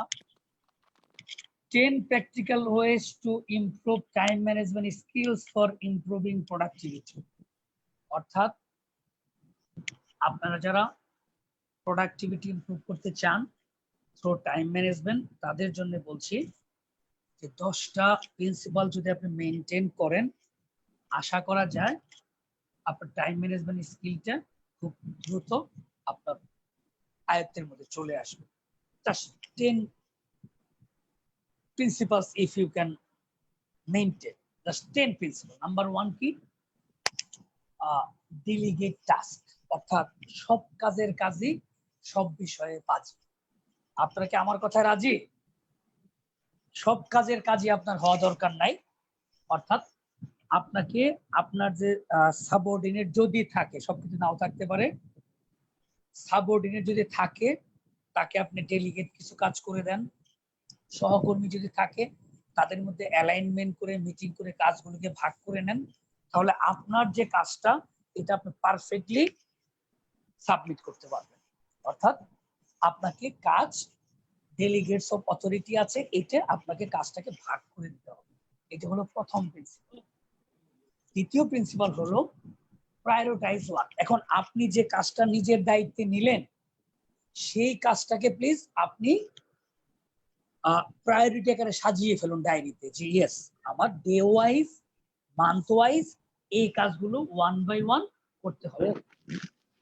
অর্থাৎ কাজের প্রায়োরিটি মাফিক আপনি আপনার কাজটাকে এগিয়ে নিয়ে যান। এরপর আসবে হলো প্রায়োরিটাইজ করার পরে আপনি শিডিউলিং করবেন, অর্থাৎ ডু টু লিস্ট। এটা কর্পোরেটে খুবই ইম্পর্টেন্ট। যারা কর্পোরেটের সিইও, এমডি, চেয়ারম্যান, তাদের কিন্তু প্রত্যেক দিন, মানে প্রত্যেক দিন বলতে হয় আগের রাতে অথবা ভোরে তারা এই ডু টু লিস্টটা করে থাকে বা ইম্পর্টেন্ট কাজের ফোকাসটাকে 3 স্টার দিয়ে রাখে। তো আপনার এই প্রায়োরিটাইজ জবের মধ্যে আবার শিডিউল করে আপনি দিয়ে রাখেন ডু টু লিস্টে যে কোন কাজটা আমি কোনটার পরে করবো এবং কোনটা কিভাবে করবো। কোনটা, যেমন ভেরি সিম্পল আমি বলি, কমিউনিকেশন যদি কোনো থাকে, কমিউনিকেশন পার্ট আপনাকে অবশ্যই লাঞ্চের আগে করতে হবে, সেটা ইন্টারনাল হোক এক্সটার্নাল হোক। Try to understand. যদি বসের সাথে কোনো মিটিং থাকে আপনি অবশ্যই সেটা লাঞ্চের আগে করেন। লাঞ্চের আগে বলতে লাঞ্চের আগে মানুষের মাথা ঠান্ডা থাকে, ঝামেলা কম থাকে, এই সময় আপনার কার্যটা সহজ আপনি উদ্ধার করে নিয়ে আসতে পারবেন। এই জন্য শিডিউলটা এমন করবেন যেন আপনার মেজর কাজ, ভারী কাজটা লাঞ্চের আগে হয়ে যায়, হালকা কাজগুলো রাখবেন লাঞ্চের পরে, তাহলে কাজটা সহজ হবে। যদি এক্সটার্নাল কমিউনিকেশনও হয় অফিসের বাইরে অন্য কোনো পার্টির সাথে, সেই কাজটা আপনি অবশ্যই লাঞ্চের আগে সারার চেষ্টা করবেন। কারণ অল কমিউনিকেশন গুলো লাঞ্চের আগে হলে সুন্দর হয়, মানে সেটা বেটার ফল পাওয়া যায়। এরপরে হলো সেট আপ ডেডলাইন। 4 নম্বরে হলো যে আপনি যখন আপনার কাজের যখন টাইম ম্যানেজমেন্টটা করবেন, তখন প্রত্যেকটা কাজের জন্য একটা ডেডলাইন ফিক্সড করবেন যে আমাকে এটার মধ্যে শেষ করতে হবে। আপনার সিম্পল একজন মানুষের কথা বলি, কর্নেল নুরুন নবী সাহেব, উনি অনেক বড় একটি স্কুলের মাইলস্টোন স্কুলের উনি চেয়ারম্যান, প্রতিষ্ঠাতা। উনি কিন্তু একজন সফল মানুষ, শিক্ষক হিসেবে সফল। উনি কোনো মিটিং এ যদি 7টায় বলতেন, উনি 7টায় এসে হাজির হতেন। উনি বলতেন যে আমি কমিটমেন্ট দিয়েছি, মানে আমার লাশ ওখানে যাবে। সো আপনি যদি ডেডলাইনটা এমন ভাবে করুন যে আপনার ডেডলাইনটা, মানে ওই ডেডলাইন কোনোভাবে মিস হবে না এবং অ্যাকর্ডিংলি আপনি সেই কাজটা অ্যাজ পার ডেডলাইন আপনি করবেন। এবং এই ডেডলাইন মিস, যখন আপনি একটা ডেডলাইন মিস করবেন তখন এই ডেডলাইনের কাজটা ক্রস করে অন্য আরেকটা কাজের মধ্যে কিন্তু আপনার চলে যাবে। এটা একটা প্রবলেম হয় এবং পরবর্তীকালে আপনার পুরো কাজটাকেই টাইম ম্যানেজমেন্টের মধ্যে ব্যাপক বাজেভাবে ইফেক্ট করে। এরপর আসেন আরেকটা প্রিন্সিপাল হলো ওভারকাম প্রোক্রাস্টিনেশন। এটা হলো আপনার কাজের ক্ষেত্রে দীর্ঘসূত্রিতা। এটা অনেক ক্ষেত্রেই হয়, এটা অনেক কারণে হয়। দীর্ঘসূত্রিতা আপনার হতে পারে সহকর্মীদের কারণে, হতে পারে অফিস পলিটিক্স এর কারণে, হতে পারে আপনার বসের কারণে, হতে পারে অথবা আপনার ব্যক্তিগত লেগাসি বা ব্যক্তিগত ইনএফিসিয়েন্সির কারণে হতে পারে। কয়টা কারণে হতে পারে? প্রথমত হতে পারে অফিস পলিটিক্স এর কারণে, দ্বিতীয়ত হতে পারে আপনার বসিং এর কারণে, সহকর্মীদের কারো জেলাসির কারণে, অথবা ব্যক্তিগত লেগাসির কারণে। ইসমাইল শুনতে পাচ্ছেন? জি স্যার, শুনতে পাচ্ছি। আচ্ছা, তো এই প্রোক্রাস্টিনেশনটাকে যদি আপনি অ্যাভয়েড করতে চান, তাহলে আপনাকে যেটা করতে হবে যে মানে কোন কোন জায়গা থেকে আপনার কাজের প্রবলেম আসে এটা ছোট্ট করে নোট ডাউন করবে, এটা কেউ যেন না দেখে অফিসে। এটা আপনি বাসায় করলে ভালো হয়, অথবা ছোট্ট নোটবুকে আপনার হলো একটা চিহ্নের মাধ্যমে রাখবেন যে আপনার কাজের ক্ষেত্রে প্রোক্রাস্টিনেশন বা প্রবলেম গুলো কোন জায়গা থেকে আসে। আপনি যখন এটা প্রিকশনারি অ্যাকশন নেবেন বা মাথায় থাকবে, তখন ওই জায়গা থেকে আপনার প্রবলেম গুলো আসবে না, আপনি প্রোক্রাস্টিনেশনকে ওভারকাম করতে পারবেন। এরপরে হলো deal with stress wisely. My dear viewers, কাজ করতে গেলে আপনার স্ট্রেস আসবেই, স্ট্রেস অ্যাভয়েড করার ক্ষমতা আপনার নাই। অর্থাৎ আমি আগের একটা সেশনে বলেছিলাম যে দুঃখের পাখিরা তোমার মাথার উপর দিয়ে উড়ে যাবেই, তুমি চাইলেও তাদের আটকাতে পারবে না। শুধু মনে রেখো, তারা যেন তোমার মাথায় বাসা বাঁধতে না পারে। স্ট্রেস এমন একটা জিনিস, আমি আপনাকে ট্রেনিং সেশনে কথা বলছি, আমি নিজে স্ট্রেসের মধ্যে থাকি। আমি হার্ডলি চেষ্টা করি যে আপনার ভাবির সাথে যেন আমার ঝামেলা এই সপ্তাহে, এই মাসে, এই দিন না হয়। আমি সব থাকি, আমি খুব ভয়ে থাকি, আতঙ্কে থাকি, আমি খুব সুন্দর করে কথা বলি যে বউয়ের সাথে যেন ঝামেলাটা না লাগে। আপনারা কি বলবেন আমি জানি না। আর যারা ম্যাডাম আছেন সাউন্ড দিবেন, আপনাদের প্রত্যেকের হাজবেন্ড ঠিক একই অবস্থায় আছে, যে আলী স্যারের মতো আছে। ট্রুলি স্পিকিং, বিশ্বের বড় বড় নাম করা কবি সাহিত্যিক যারা সবাই। প্রসঙ্গত বলি, লিও টলস্টয় কিন্তু বিশ্বের সবচেয়ে বড় লেখক ছিলেন। বলা হয়ে থাকে যে বিশ্বের সমস্ত উপন্যাসিক নাকি তার ছাত্র লেখক। তো লিও টলস্টয় তার বউয়ের জ্বালায় সে ঘর ছেড়ে পালিয়ে গিয়েছিল রাশিয়ার, সাইবেরিয়ার কাছে রাশিয়ার শীতের রাত্রে। এবং সে বলেছিল, লিও টলস্টয় বলেছিলেন যে আমার মৃত্যুর পর আমার বউ যেন আমার মুখ না দেখে। আমি বউদের নেগেটিভ বলছি না, আমি খুব সুখী মানুষ, আমার বউ আশেপাশে নেই, আপনারা ভাববেন না যে বউয়ের ভয়ে বলছি। আমি খুব সুখী মানুষ, আপনাদের ভাবি খুব সহনশীল। কিন্তু এরপরেও মেয়েদের বাই বোন কিছু নেচার আছে কি, মাসে একবার এরা চেত উঠবে, এরা রাগ করবে, আপনাকে সাবধানে থাকতে হবে এই ফ্যামিলি স্টেজটা যেন আপনার না আসে।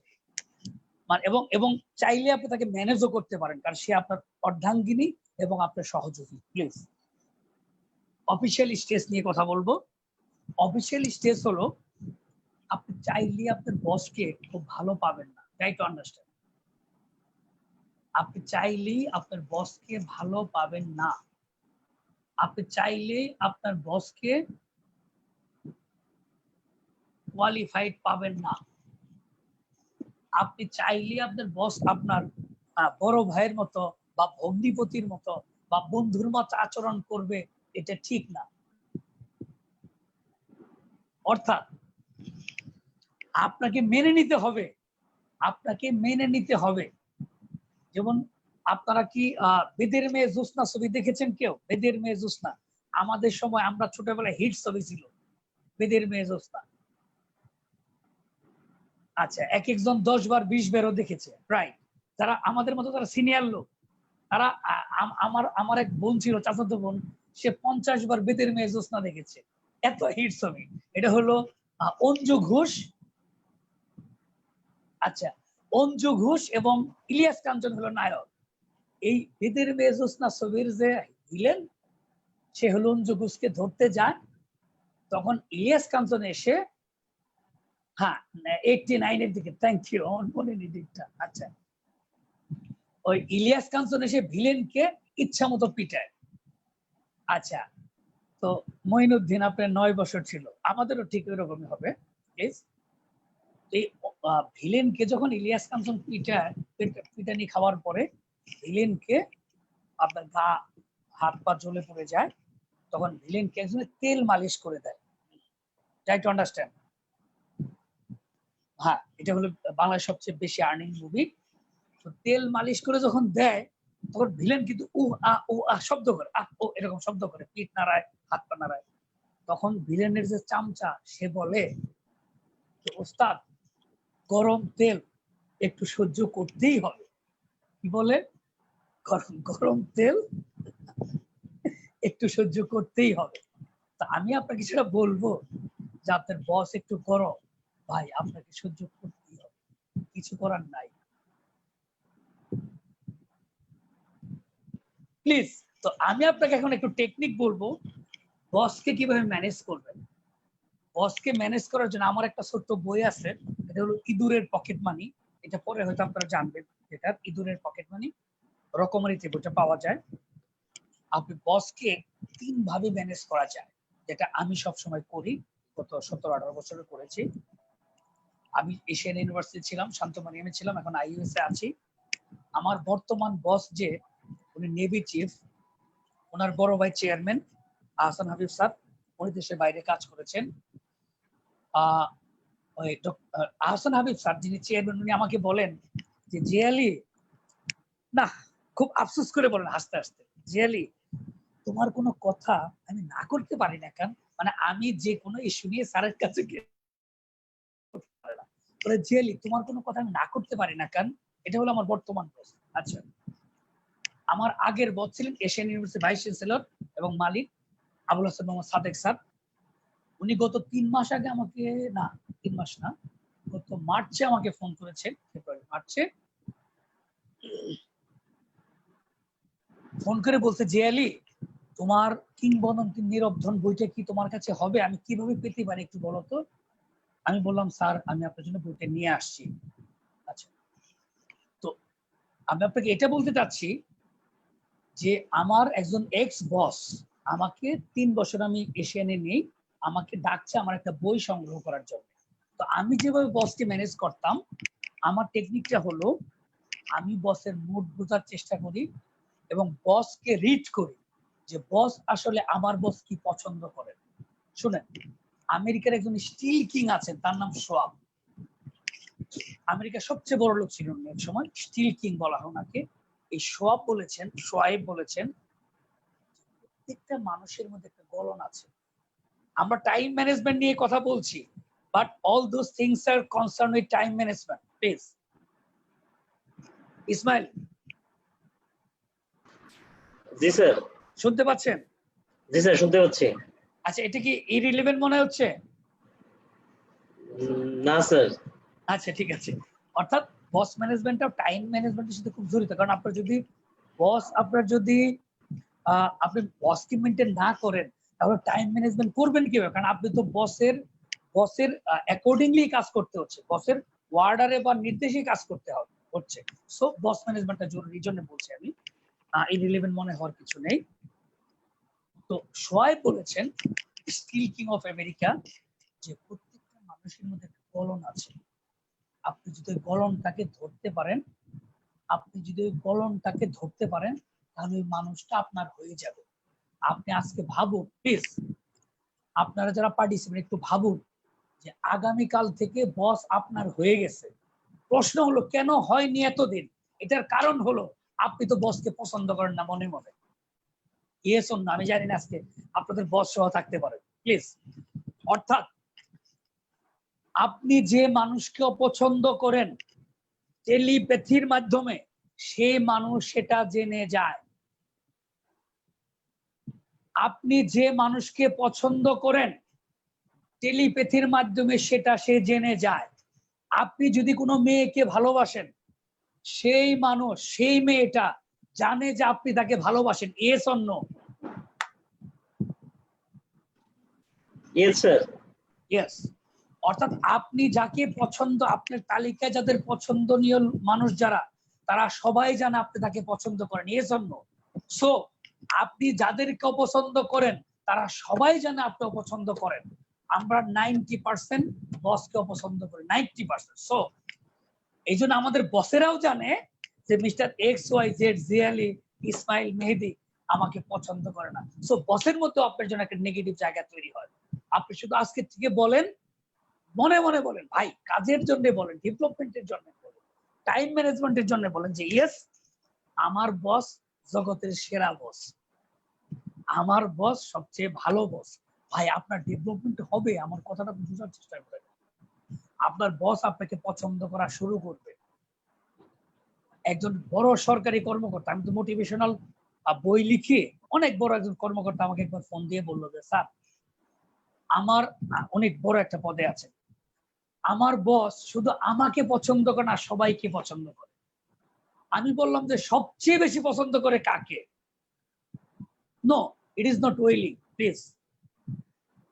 আমি তাকে প্রশ্ন করলাম যে আপনার অফিসের মধ্যে সবচেয়ে বেশি পছন্দ করে কাকে, তার নাম বলুন। বলো স্যার, ফরিদ সাহেবকে সবচেয়ে বেশি পছন্দ করে। আমি বললাম দেখেন ফরিদ সাহেব বসের সাথে কি করে একটু খোঁজ দেন। কয় স্যার ফরিদ সাহেব তো বসের টিকিট কেটে দেয়, ফরিদ সাহেব তো বসকে সবকিছু কাজ করে দেয়। আমি বললাম যে দেখেন, ফরিদ সাহেব যদি বসের বাসের টিকিট, গাড়ির টিকিট বা ট্রেনের টিকিট কেটে দেয়, কারণ ফরিদ সাহেব ওই জায়গায় যেতে সময় লাগছে, ফরিদ সাহেবের মাথায় বুদ্ধি আছে, আপনি একটু টেকনিক্যালি বসকে রিড করেন, আস্তে আস্তে এগিয়ে যান, আপনার বস ম্যানেজমেন্ট সহজ হবে।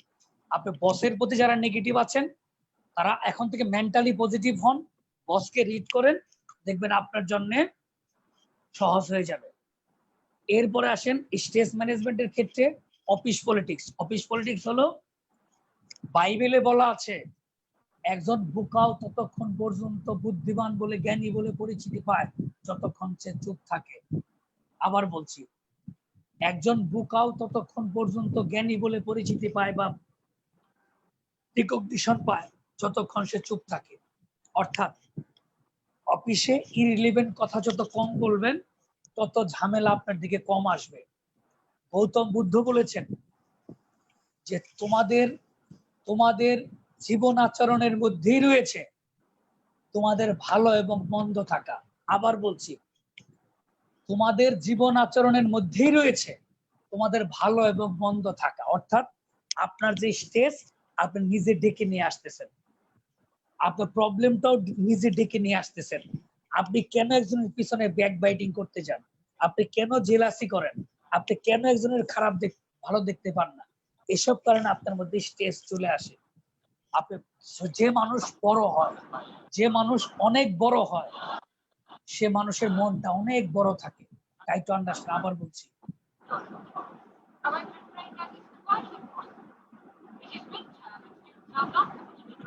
যে মানুষ অনেক বড় হয়, অনেক বড় উপরে উঠতে চায়, সে মানুষের মনটা অনেক বড় থাকে। সো সে ছোটখাটো জিনিস মাথায় নেয় না। এরপরে আসেন অ্যাভয়েড মাল্টিটাস্কিং। প্রিন্সিপাল 7, মাল্টিটাস্কিংটা বন্ধ করতে হবে। মাল্টিটাস্কিংটা কি? অর্থাৎ আপনি অনেকগুলা কাজ একসাথে নেন হাতে, এটা এটা করা যাবে না। অর্থাৎ আপনি আপনার সময় মনে রাখতে হবে যে আপনি 8 ঘন্টা অফিস করছেন, আপনাকে অবশ্যই অফিসের কাজ 8 ঘন্টায় শেষ করতে হবে। অফিসের কাজ বাসায় নিয়ে আসা যাবে না। সো আপনি শিডিউলিং কেমন ভাবে করুন যেন আপনার এই 8 ঘন্টার মধ্যে কাজটা শেষ হয়। মাল্টিটাস্ক নেওয়া যাবে না। Start early. স্টার্ট আর্লি মানে হলো আপনাকে খুব মর্নিং থেকে শুরু করতে হবে। আপনি জানেন যে বিশ্বের 15 লক্ষ বই সেল হয়েছে হলো রবিন শর্মার একটা বই, দ্য 5 AM ক্লাব। উনি বিশ্বের সবচেয়ে বড় মোটিভেশনাল লেখকদের মধ্যে একজন। উনি বলছেন যে আমি যতগুলো সিইও কে পড়াই বা ট্রেন আপ করাই, তারা সবাই 5টার মধ্যে ঘুম থেকে উঠে কাজ শুরু করে। অর্থাৎ আপনার কাজটা যখন আপনি আর্লি শুরু করবেন, তখন অন্যদের চেয়ে অটোমেটিক্যালি আপনি অনেকটাই এগিয়ে থাকবেন। নাম্বার 9 প্রিন্সিপাল হলো take regular break. Take regular break হলো আপনি যখন কাজ করবেন, তখন নির্দিষ্ট সময় পর পর আপনাকে উঠে আসতে হবে। হয় একটু গান শুনবেন যদি সম্ভব হয়,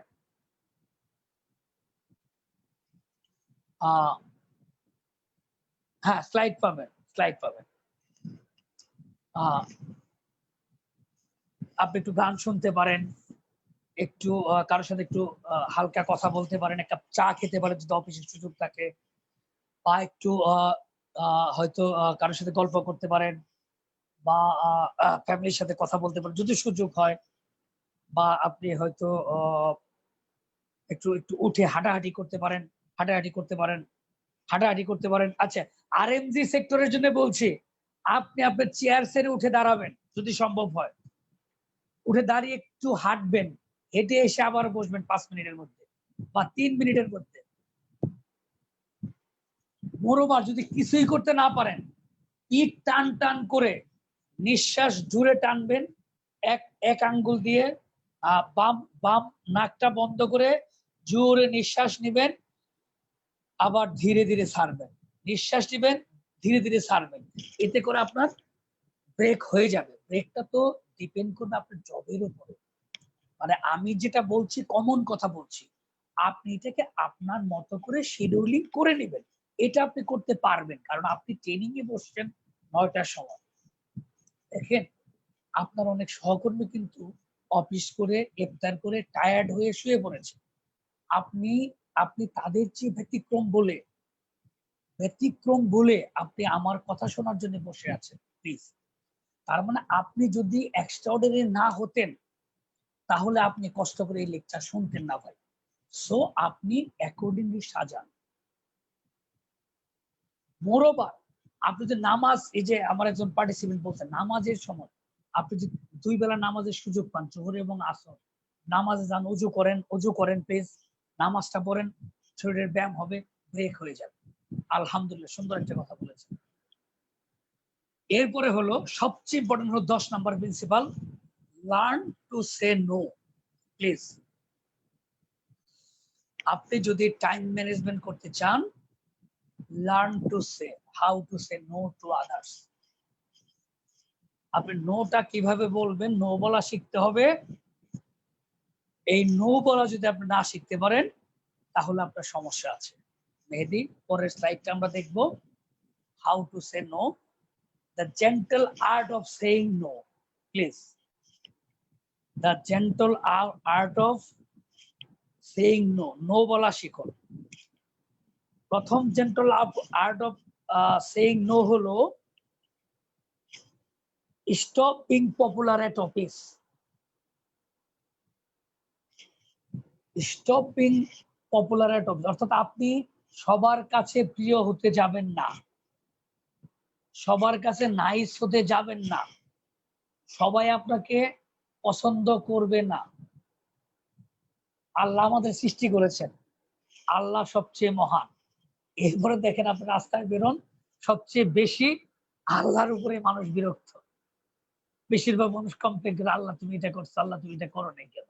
আচ্ছা, তার মানে আপনাকেও জগতের সবাই পছন্দ করবে, কলিগরা তা না। অর্থাৎ যেটা প্রবলেম হয় যে আপনি সবাইকে ইয়েস করতে গিয়ে প্লিজ আপনি অনেককেই সেই ইয়েস এর যে ফলটা দিতে পারেন না। Try to understand. তার চেয়ে যদি নো করেন যে সরি ভাই, এটা আসলে আমি মনে হয় এই সময়ের মধ্যে পারবো না, তাহলে আপনার কাজটা, যে কাজটা আপনি করছিলেন, এই টাইম ম্যানেজমেন্টটা আপনার জন্য সুবিধা হবে। তার মানে আপনাকে নো বলতে হবে। হ্যাঁ, সেটা অবশ্যই জেন্টলি, অবশ্যই পোলাইটলি, অবশ্যই হারমোনিয়াসলি, বিনয়ের সাথে বলবেন।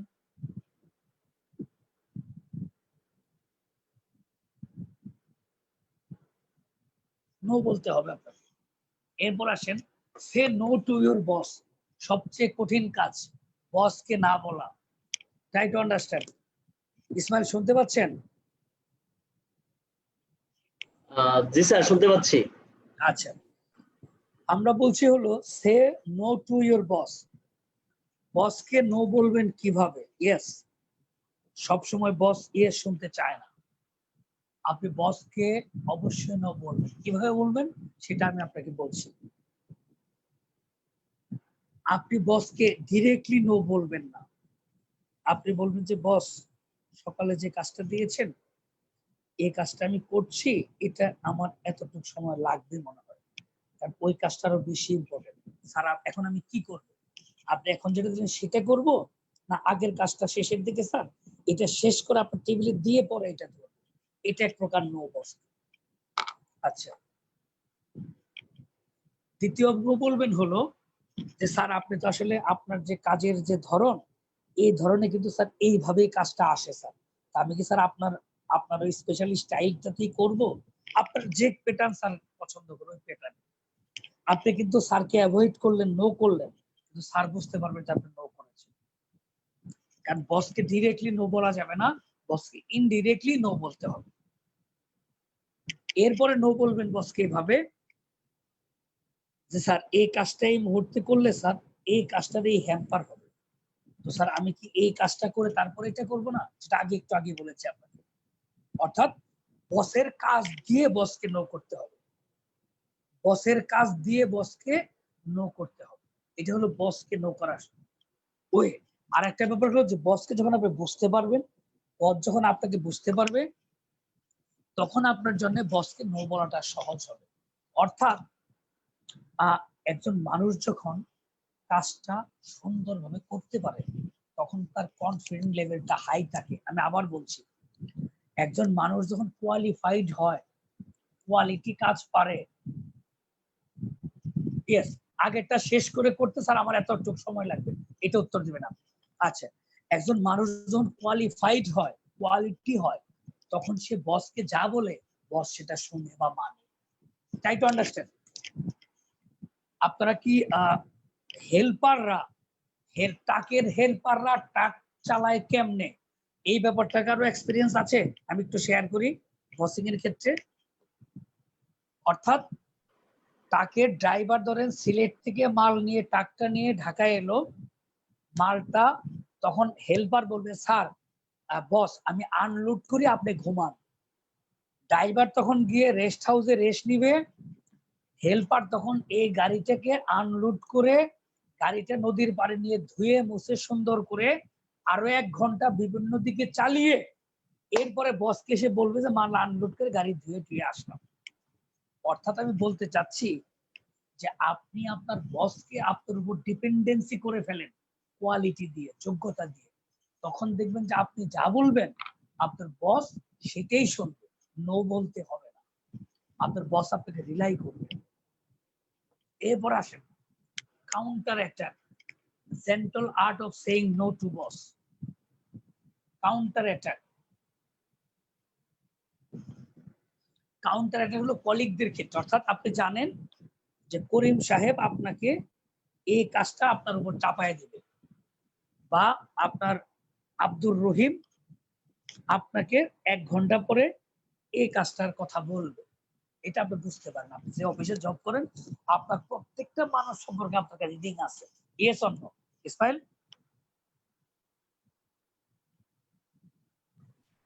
জি স্যার। শুনতে পাচ্ছেন? শুনতে পাচ্ছেন? জি স্যার, জি স্যার শুনতে পাচ্ছি। আচ্ছা, তো আপনি যখন দেখবেন যে এর কাছ থেকে এই প্রবলেমটা আসতে পারে, তখন আপনি যেটা করবেন, তখন তাকে আপনি আপনার কাজের শিডিউলটা বোঝাবেন, আপনার কাজের। তখন দেখবেন যে সে আর আপনাকে এক্সট্রা কোনো কাজ দিতে চাচ্ছে না বা দিচ্ছে না, এটাকে কাউন্টার অ্যাটাক বলে। অর্থাৎ আপনাকে কাজ দেওয়ার আগে আপনাকে তাকে বোঝাতে হবে যে আপনি ব্যস্ত আছেন। আচ্ছা, একটা আমি স্কেপ করেছি, ডন অ্যাপোলোজাইজ। ডন অ্যাপোলোজাইজটা হলো, এটা স্কিপ করেছি আমি, সরি, আমি বলছি এটা হলো যে আপনি কাজের জন্য কারো কাছে সরি বলবেন না, মিনমিন করবেন না, বিনয়ের ভাব দেখাবেন না, দুর্বলতা প্রকাশ করবেন না। আবার বলছি, বোঝার চেষ্টা করেন। অর্থাৎ আমরা বেশিরভাগ ক্ষেত্রে অত্যাধিক বিনয় দেখে বলি সরি এই কাজটা আমি করতে পারছি না, সরি এটা আমি পারবো না, এটা আমার কাজ না। এরকম অনেক অ্যাভয়েডিং টেন্ডেন্সি, যেখানে আমরা অ্যাপোলজি করি, এটা বসকেও করি সহকর্মীদেরও করি না। আপনি যদি কোনো কিছু অ্যাভয়েড করেন, নো করেন, সেটা যৌক্তিক ভাবে করবেন এবং সেটা বোল্ডলি করবেন, বোল্ডলি, অর্থাৎ অর্থাৎ যুক্তিযুক্ত ভাবে করবেন।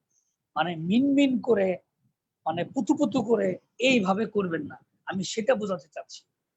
অর্থাৎ অ্যাপোলজি করার প্রয়োজন নেই, কারণ অ্যাপোলজি করলে আপনার পার্সোনালিটি লেভেলটা নেমে যায়, আপনাকে দুর্বল ভাবে, আপনার টাইম ম্যানেজমেন্টের প্রবলেম হয়, কারণ আপনাকে তারা কাজ চাপিয়ে দেওয়ার চেষ্টা করে। এই জন্য অ্যাপোলজি কর্পোরেট লেভেলে অ্যাপোলজিতে আসলে স্থান নাই, এটা আপনি টেকনিক্যালি হ্যান্ডেল। এরপরে হলো ফোকাস ইওর শিডিউল, অর্থাৎ এই বসের ক্ষেত্রে হোক, কলিগদের ক্ষেত্রে হোক, আপনি মিটিং এ হোক, যখনই আপনি বুঝবেন যে আপনার ক্ষেত্রে কোনো নতুন চাপ আসতেছে, তখন আপনি আপনার শিডিউলটাকে হাইলাইট করবেন। আপনার শিডিউলটাকে হাইলাইট করতে হবে। অর্থাৎ শিডিউলটাকে হাইলাইট করলে যারা বুদ্ধিমান আশেপাশের যারা, তারা বুঝতে পারবে যে না, ওনাকে বা মেহেদী সাহেবকে নতুন করে কোনো প্রবলেম দেওয়া যাবে না, কারণ সময় একটা ফ্যাক্টর। এই সময়টা আপনি যদি, যেমন আপনার সারাদিনে আপনার সময় হলো 1440 minute, try to understand, 1440 minute হলো আপনার সারাদিনের সময়। তো আপনি যখন কাজ করছেন, আপনাকে ভাবতে হবে এই 1440 মিনিট সময় নিয়ে কিন্তু আপনাকে এগিয়ে যেতে হবে, এর বেশি সময় আপনি পাবেন না। সো এই সময়টাকে আপনাকে কাজে লাগাতে হবে। আপনাকে আমি এই প্রসঙ্গে একটা গল্প বলি, সময়টাকে আপনি কিভাবে, মানে কেন আপনার এই সময়ের প্রবলেমটা হয়। আপনারা হয়তো জানেন যে ট্রয় সিনেমাটা আপনারা দেখেছেন কিনা, ট্রয় সিনেমা, ট্রয়, ইসমাইল শুনতে পাচ্ছেন? জি স্যার। আচ্ছা, এবং খরগোশ এবং কচ্ছপের একটা গল্প আছে না, খরগোশ জি এবং স্যার। কচ্ছপ। জি স্যার। আচ্ছা, খরগোশ এবং কচ্ছপের গল্পে কি হয়, কচ্ছপ হলো ধীরে ধীরে চলে, খরগোশ দ্রুত চলে, কিন্তু রেসে কিন্তু হেরে যায় কে? খরগোশ। খরগোশ হেরে যায়, কচ্ছপ জিতে যায়। কারণ কি? কারণ সে আসতে যেও সে কি করত, মানে তার জায়গাটা সে ঠিক রেখেছে বা ধরে রেখেছে, তার অবস্থানটা সে ধরে রেখেছে। ঠিক এরকমই একটা প্যারাডক্স আছে, এটা হলো জেনোর প্যারাডক্স বলা হয়। জেনো ছিল খ্রিস্টের জন্মেরও 300-400 বছর আগে গ্রিসের একজন দার্শনিক, এবং বিশ্বের দ্বিতীয় স্কুলটা প্রতিষ্ঠা করে জেনো। এই জেনো একটা তথ্য দিয়েছিল যে ট্রয়ের সবচেয়ে বড় বীর ছিল অ্যাকিলিস। আপনারা কি ট্রয় মুভিটা দেখেছেন ইসমাইল? জি স্যার। Helen of Troy. আচ্ছা, স্যার। এই ট্রয় মুভির যে নায়ক প্যারিস, এবং প্যারিসের বড় ভাই হেক্টর, এরা স্পার্টাতে যায় একটা ব্যবসায়িক কাজে। স্পার্টার থেকে তারা যখন চলে আসে, তখন এই প্যারিস হেলেনকে চুরি করে নিয়ে আসে। রাস্তার মাঝখানে, মানে জাহাজের যখন আসে সমুদ্রে, রাস্তার মাঝখানে এসে প্যারিস তার বড় ভাই হেক্টরকে বলে যে, ভাই আমি তো একটা অপরাধ করে ফেলছি। কি অপরাধ? বলে, আমি তো হেলেনকে নিয়ে আসছি স্পার্টা থেকে।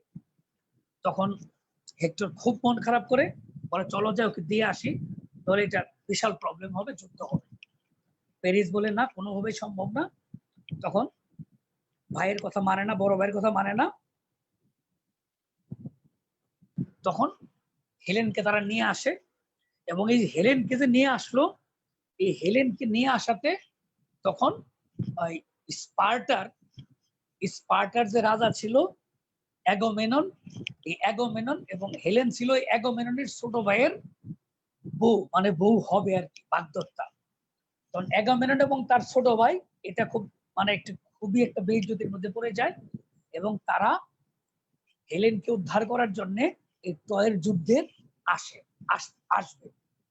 তো ট্রয়ের যুদ্ধে যখন তারা আসবে, তারা জানে যে হেক্টর খুবই বড় বীর এবং ট্রয়ের যোদ্ধারা খুবই মারাত্মক। এই যুদ্ধে অ্যাকিলিসকে ছাড়া কোনোভাবে যুদ্ধে জেতা সম্ভব না। তখন অ্যাকিলিসের বাড়িতে তারা লোক পাঠায় অ্যাকিলিসকে নিয়ে আসার জন্য। অ্যাকিলিস ছিল ওই সময়কার সবচেয়ে বড় বীর। অ্যাকিলিসের মার কাছে যখন সে অনুমতি নিতে যায়, তখন অ্যাকিলিসের মা বলে যে বাবা, তুমি যদি এই যুদ্ধে যাও তাহলে তোমার মৃত্যু হবে, আবার যুদ্ধে যদি না যাও তাহলে পৃথিবী থেকে তোমার নাম মুছে যাবে। Try to understand. এই যুদ্ধে গেলে তোমার মৃত্যু হবে, আবার যুদ্ধে না গেলে এই পৃথিবী থেকে তোমার নাম মুছে যাবে, তো তুমি যুদ্ধে যাও। তখন অ্যাকিলিস অ্যাগামেমননের সাথে এই যুদ্ধে আসে এবং অ্যাকিলিসের কিন্তু মৃত্যু হয়। তো গল্পটার যে জায়গাটা আমি বলতে চাচ্ছিলাম, তো এই অ্যাকিলিস এত বড় বীর, সেই বীর একটা দৌড়ের প্রতিযোগিতায়, একটা কচ্ছপের সাথে দৌড়ের প্রতিযোগিতা হয়, যেটাকে বলে অ্যাকিলিস প্যারাডক্স, যেখানে অ্যাকিলিস এই কচ্ছপের সাথে দৌড়ে হেরে যায়। কারণ কি? কারণ ছিল এরকম যে অ্যাকিলিস মনে করে যে কচ্ছপ তো অনেক আস্তে আস্তে হাঁটবে, মানে দৌড়াবে, তো আমি এত বড় দ্রুতগামী বীর, আমি তো পারবো। এই জন্য সে পিছন থেকে দৌড় শুরু করে। তো যতক্ষণে সে কচ্ছপকে ধরে ততক্ষণ কচ্ছপ আবার আরেকটু আগে চলে যায়। সে যখন এটাকে টাচ করে কচ্ছপ আরেকটু আগে চলে যায়। এভাবে একটা সময় গিয়া কচ্ছপের সাথে সে পারেই না, হেরে যায়। এরকম একটা পাজল আছে, আপনারা নেটে সার্চ দিলে পাবেন। তো মূল যে বিষয়টা আমি বলতে চাচ্ছি, যে আপনার কাজটা আপনি আপনার মতো করে এগিয়ে যাবেন, অর্থাৎ সেই কাজে যেন অন্য কারো কাজ ঢুকে না যায়, অন্য কারো প্রবলেম ঢুকে না যায়। তাহলে কি হবে? যে অ্যাকিলিসের মতো আপনি কচ্ছপের গতিতে এগিয়েও কচ্ছপের সাথে পারবেন না। এটা হলো সবচেয়ে বড় প্রবলেম। সো এই নোটা সেন্টলি বলে আপনাকে এই বিষয়গুলোর থেকে এসকেপ করতে হবে। এখন আমি বলবো হলো ড্রব্যাকস অফ টাইম ম্যানেজমেন্ট, অর্থাৎ টাইম ম্যানেজমেন্ট করতে গেলে আমাদের কি কি প্রবলেম ফেস করতে হয়।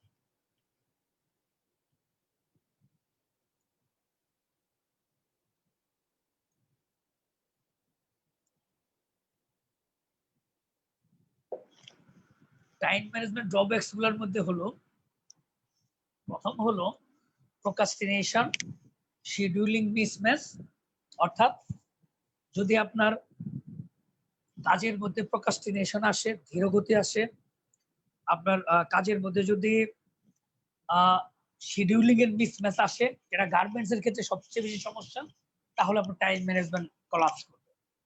সোশ্যালাইজেশন, অর্থাৎ সামাজিক যোগাযোগ মাধ্যমে যদি বেশি সময় দেন, টাইম ম্যানেজমেন্ট আপনার ইফেক্ট করবে। টাইম ম্যানেজমেন্টে আনএক্সপেক্টেড কল, আপনাকে মনে রাখতে হবে মোবাইল কলের ক্ষেত্রে 99% কল আসে তাদের প্রয়োজনে। Try to understand. মোবাইল এমন একটা যন্ত্র, আপনাকে স্লাইড শো করো, আপনাকে আমি বলবো যে দাসখতের মতো দেশের বাইরে, দেশের সব জায়গায় মোবাইল ওপেন মানে আপনাকে যে কেউ ফোন করবে মানে একটা কাজ দিবে, যেটা আমার ক্ষেত্রে আমি দেখি।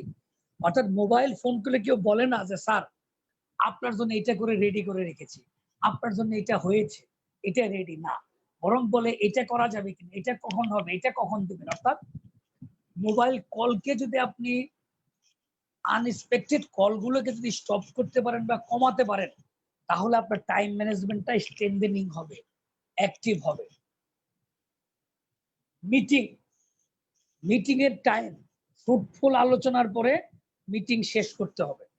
অর্থাৎ কোনো মিটিং এই আপনার আলোচনার বাইরে, মানে এজেন্ডার বাইরে আলোচনাকে আপনার স্থান দেওয়া যাবে না বা এন্টারটেইন করা যাবে না মিটিং এর ক্ষেত্রে। নেক্সট আছেন বসিং, অর্থাৎ মেহেদি স্লাইড শেয়ার করো পার্টিসিপেন্টদের সাথে। অর্থাৎ আপনার বস যদি বসিং ফলাতে চায়, যেটা আগেও বলেছি, এটাকে আপনাকে টেকনিক্যালি হ্যান্ডেল করতেই হবে এবং সেটাকে অ্যাভয়েড করতেই হবে, নাহলে আপনার টাইম ম্যানেজমেন্ট প্রবলেম হবে।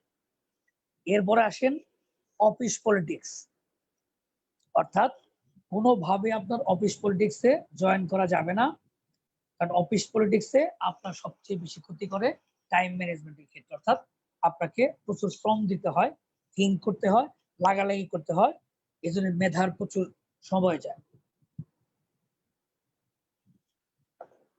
এরপরে হলো ফল ইনটু টু ডু লিস্ট। সেশনের শুরুতে বলেছিলাম যে আপনি যে দৈনন্দিন কাজের লিস্ট করলেন টাইম ম্যানেজমেন্টের জন্য, সেই লিস্ট অনুসারে যদি কাজ না হয় তাহলে যেটা হচ্ছে আপনার সবচেয়ে বড় সমস্যা হচ্ছে টাইম ম্যানেজমেন্টে আপনি আগের কাজ পরের, পরের কাজ আগে শিডিউলিং হয়ে যাবে। এজন্য আপনাকে টু ডু লিস্টের বাইরে যাওয়ার কোনো সুযোগ নাই, অ্যাকর্ডিংলি করতে হবে। এই বিষয়গুলো আপনি যদি মেনটেন করতে পারেন তাহলে টাইম ম্যানেজমেন্টের ক্ষেত্রে ড্রব্যাক গুলো আসবে না। এরপর আমি লাস্টে বলেছিলাম stress management, family stress. Family স্ট্রেসটা একটু আলোচনা আমি করেছি। ফ্যামিলি স্ট্রেসের জন্য আপনাকে যেটা করতে হবে যে আপনার অ্যাকর্ডিংলি আপনার পরিবারকে সময় দিতে হবে ভাই। আমি আবারও বলছি, আপনার জীবনের ইনকাম করার উদ্দেশ্য হলো পরিবারকে সুখে শান্তিতে রাখা। প্লিজ, আপনি মাথার ঘাম পায়ে ফেলছেন, পয়সা ইনকাম করছেন পরিবারকে সুখে রাখা, তো এটা পরিবারকে বোঝাতে হবে। পরিবারকে যদি আপনি বোঝাতে পারেন, অর্থাৎ আপনার পরিবারকে যদি আপনার কাজের মধ্যে অ্যালাইনমেন্ট করে নিতে পারেন, আপনি কতটা দায়িত্বশীল পদে আছেন বোঝাতে পারেন, আপনার অবস্থানটা বোঝাতে পারেন, তাহলে পরিবার সেটা বুঝবে 99% ক্ষেত্রে, হয়তো 1-2% ক্ষেত্রে বুঝতে না পারে। আচ্ছা, এরপরে হলো পরিবারের আপনার স্ত্রী, ওয়াইফ বা বাবা মা যে থাকে তাদেরকে গুরুত্ব দিতে হবে, তাদের মতামতের গুরুত্ব দিতে হবে, সন্তানদেরকে সময় দিতে হবে, সন্তানদেরকে ইম্পর্টেন্স দিতে হবে। সক্রেটিস বলেছেন যে তোমরা যে প্রতিটি পাথর উল্টিয়ে রোজগার করছো পরিবারের জন্য, বরং এই পাথর উল্টানো অর্ধেক করে পরিবারের সাথে আরেকটু অর্ধেক সময় বাড়িয়ে দাও।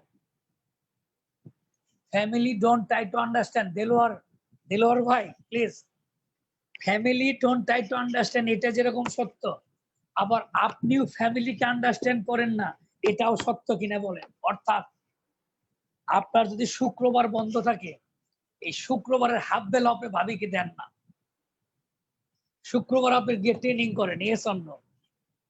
শুক্রবারেও আপনি সকালে ঘুমের থেকে উঠে ভাবিকে নিয়ে সময় দেন না, ভাবিকে নিয়ে একটু বাগান করেন, ভাবিকে একটু ঘুরে একটু হাঁটতে বেরোন, ভাবিকে আপনি একটু চুলটা আশ্রিয়ে দেন, একটু কাপড় না কাচলেও কাপড় কাচার চেষ্টা করেন, আপনি বাসন মাজেন, আপনি ঘর ঝাড়ু দেন, আপনি একটু ঘরটা মুছে দেন, আপনি অর্থাৎ ফ্যামিলি যে কাজগুলো শুক্রবার আপনি কাজের চেষ্টা করুন। আপনি গামছাটা কোমরে বেঁধে ভাবির সাথে একটা কাজে নেমে যান, বাচ্চাদের সাথে হুটোপুটি করেন। ভাই, this is call family life. আপনি গার্মেন্টসে এমনও আছে যে 12-14 ঘন্টা কাজ করতে, আমি জানি তো, আমার অনেক স্টুডেন্ট গার্মেন্টস বড় বড় পর্যায়ে তারা বলে, সবসময় কথা হয়, Rubiul it's not possible. It's of course possible. কেন পসিবল হবে না? আপনি থিঙ্কিংটা চেঞ্জ করেন, একটু চেঞ্জ করে দেখেন না। আপনি পরিবারকে সময় দিতে, আপনি কেন পরিশ্রম করছেন 18 ঘন্টা পরিবারের জন্য? হ্যাঁ, এই যে মেহেদী হাসান, আপনি আপনার বউয়ের মাথার চুল আশ্রিয়ে দেন মাঝে মাঝে, ইয়েস, এই কাজটা মেয়েরা পছন্দ করে, আপনি করুন। আপনি তার টুকটাক ফুড ফরমাস করেন, বরং আপনি একদিন রান্নার করেন, আপনি বলেন যে আমি আজকে খিচুড়ি রান্না করে খাওয়াবো। অর্থাৎ আপনি যখন পরিবারকে একটু গুরুত্ব দিবেন না, শুনেন, বিশ্বের সবচেয়ে টাফ জব হলো মেয়েদেরকে হ্যান্ডেল করা, বিশ্বের সবচেয়ে ইজি জব হলো মেয়েদেরকে হ্যান্ডেল করা। ট্রাই টু আন্ডারস্ট্যান্ড, কি বলছে আবার বোঝার চেষ্টা করেন। পৃথিবীর সবচেয়ে toughest job, how to handle your wife. পৃথিবীর সবচেয়ে সহজ job, how to handle your wife. Try to understand. ইংল্যান্ডের রাজা সপ্তম জর্জের বউ এক দর্জি তার সাথে পালিয়ে গিয়েছিল। তাকে প্রশ্ন করা হয়েছিল, আপনি ইংল্যান্ডের রানী এক দর্জির সাথে চলে গেলেন কেন? উত্তরে রানী বলেছিল, যে দর্জি ভালো নাচতে পারতো, আমার জামাই নাচতে পারে না, এই জন্য আমি চলে গেছি। Try to understand. অর্থাৎ আপনি মেয়েদের আপনার পার্টিকুলার বউয়ের মন বুঝেন প্লিজ। রাজা, এই যে ভাওয়ালের রাজা, গার্মেন্টস যারা আছেন গাজীপুর এলাকায় থাকেন, গাজীপুরের যে রাজা ছিল ভাওয়ালের রাজ, তার বউ তার ডাক্তারের সাথে পালিয়ে গিয়েছিল। প্লিজ, নিয়মিত ঘরের কাজে কাশেম, আমিও সাহায্য করি। ভাওয়ালের রাজার বউ সিম্পল এক ডাক্তারের কাছে, হোমিওপ্যাথি ডাক্তারের সাথে পালিয়ে গিয়েছিল। কলকাতা ময়মনসিংহের জজ যখন এই বউকে ইন্টারোগেশন করলো, মা তুমি কেন এত বড় রাজার বউ হয়ে তুমি পালিয়ে গেলে, তখন এই বউ বলল যে মহাত্মন, মহামান্য আদালত 12 হাত দড়ি দিয়ে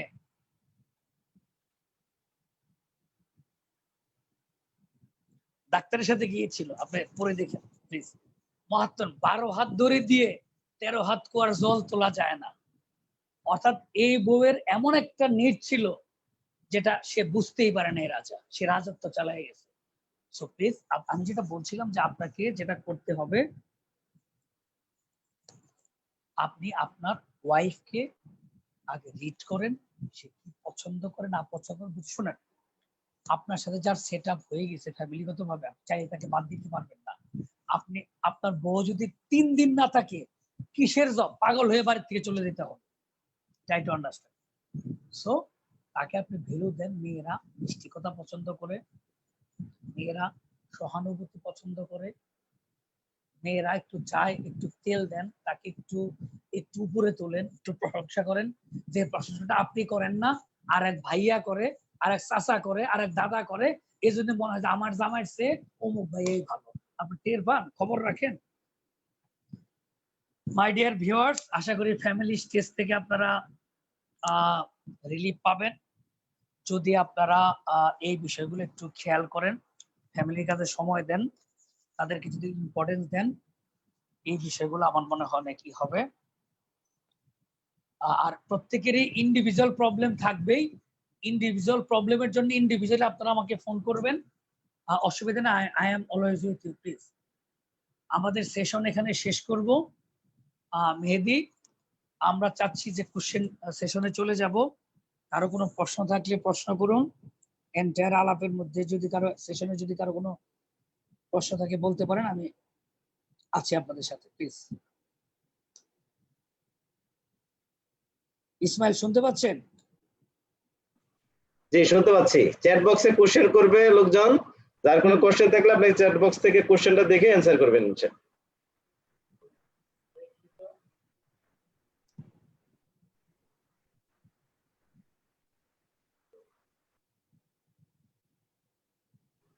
কারো কোনো কোশ্চেন থাকলে চ্যাট বক্সে আপনারা কোশ্চেন করতে পারেন। আমাদের 14 জিয়ালি স্যার চ্যাট বক্স থেকে আপনার কোশ্চেনটা শুনে তারপরে সে অ্যানসার দেওয়ার চেষ্টা করবে ইনশাআল্লাহ।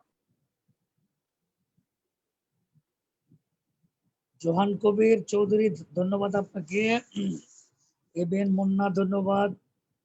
আসাদুজ্জামান আসাদ, আপনি একটা বিষয় বলেছেন যে অ্যাগামেমনন যে জায়গার কথা বলেছেন। হ্যাঁ, অ্যাগামেমনন আপনি যেটা বলেছেন ওই জায়গাটাই ঠিক আছে। তবে হেলেনের বাবার বাড়ি ছিল স্পার্টা। আমি গিয়েছি তুরস্কে, আমি গিয়েছিলাম ওই হেলেনের বাবার যে জায়গাটা, দেশটা ছিল, ওখানে আমি দেখতে গিয়েছিলাম। চমৎকার একটা জায়গা, স্পার্টাকের নাম। সুন্দর সুন্দর পাহাড়, গোলাপ, ওখানে গোলাপের চাষ হয় বেশি। সুন্দর একটা জায়গা। আমি 15 দিন ছিলাম ওখানে। অনেক চমৎকার একটা জায়গা। নাদিম হোসেন, ধন্যবাদ আপনাকে। শেখর অপু, দেখতে পাচ্ছেন না, প্রবলেম হচ্ছিল। ফরিদুল, আপনাকে ধন্যবাদ ফর গুড সেশন।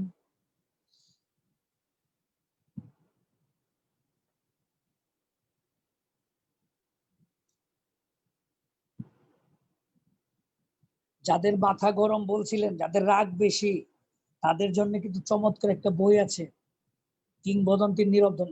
ইসমাইল, তোমার কাছে কি বইটা আছে? জি, আছে। বইটার ছবিটা, কভার পেজটা একটু সাইড দাও তো। সবাইকে দেখিয়ে দাও। নাসির আহমেদ বলেছেন যে কমপ্লায়েন্স অফিসার কি কি যোগ্যতা ট্রেনিং থাকা দরকার? ইসমাইল বলেন, কমপ্লায়েন্স অফিসারের কি কি যোগ্যতা থাকা দরকার? কমপ্লায়েন্স অফিসারের মাথা ঠান্ডা রাখলেই চলবে। আমার বইটা একটু দেখিয়ে দেন। সাখাওয়াত হোসেন বাপ্পি আমার সবচেয়ে ভালোবাসার মানুষ, ভালো লাগছে দেখে। আর নর্থ ইস্টার্ন ইউনিভার্সিটির প্রফেসর বর্ষা আছে আমাদের সাথে, ল ডিপার্টমেন্টের হেড। Fantastic session, thank you. Sajed Ahmed, আপনাকে ধন্যবাদ। ABM Munna, thank you. Gazi Al Mamun, thank you. সিমকে ধন্যবাদ দিয়েছে আসাদুজ্জামান আসাদ। টাইম ম্যানেজমেন্টের জন্য বইয়ের সাজেশন দিব আমি, হলো ব্রায়ান টেসির একটা বই আছে টাইম ম্যানেজমেন্ট, এটা পড়তে পারেন। টাইম ম্যানেজমেন্টের ব্রায়ান টেসি।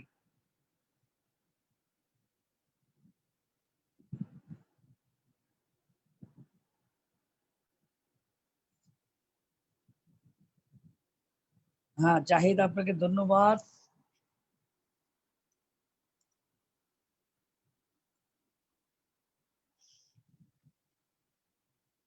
টাইম পাওয়ার নামে একটা বই আছে, time management made simple, Brian টেসির। Delegation and supervision, Brian Tessy.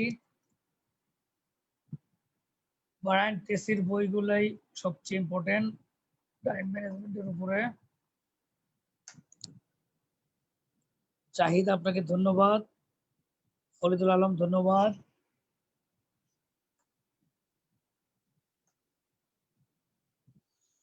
Getting things done, David অ্যালেনের একটা বই আছে, the 4 our work week.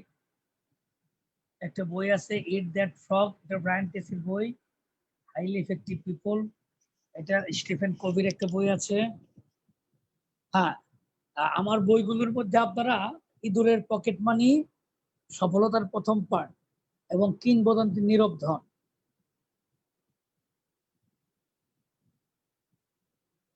Tamjidur Rahman, wonderful session, thank you আপনাকে। বিভা হালদার, আপনাকেও থ্যাংক ইউ।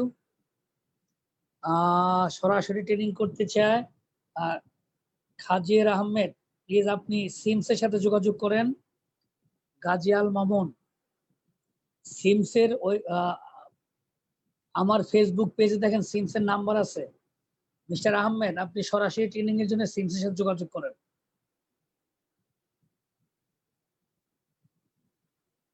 অজয় কান্তি মজুমদার, না আমার লেখা টাইম ম্যানেজমেন্ট বই নেই, তবে সফলতার প্রথম পার্ট বইটা আমার, এখানে সময় টাইম ম্যানেজমেন্টের উপর চমৎকার কিছু টপিকস আছে।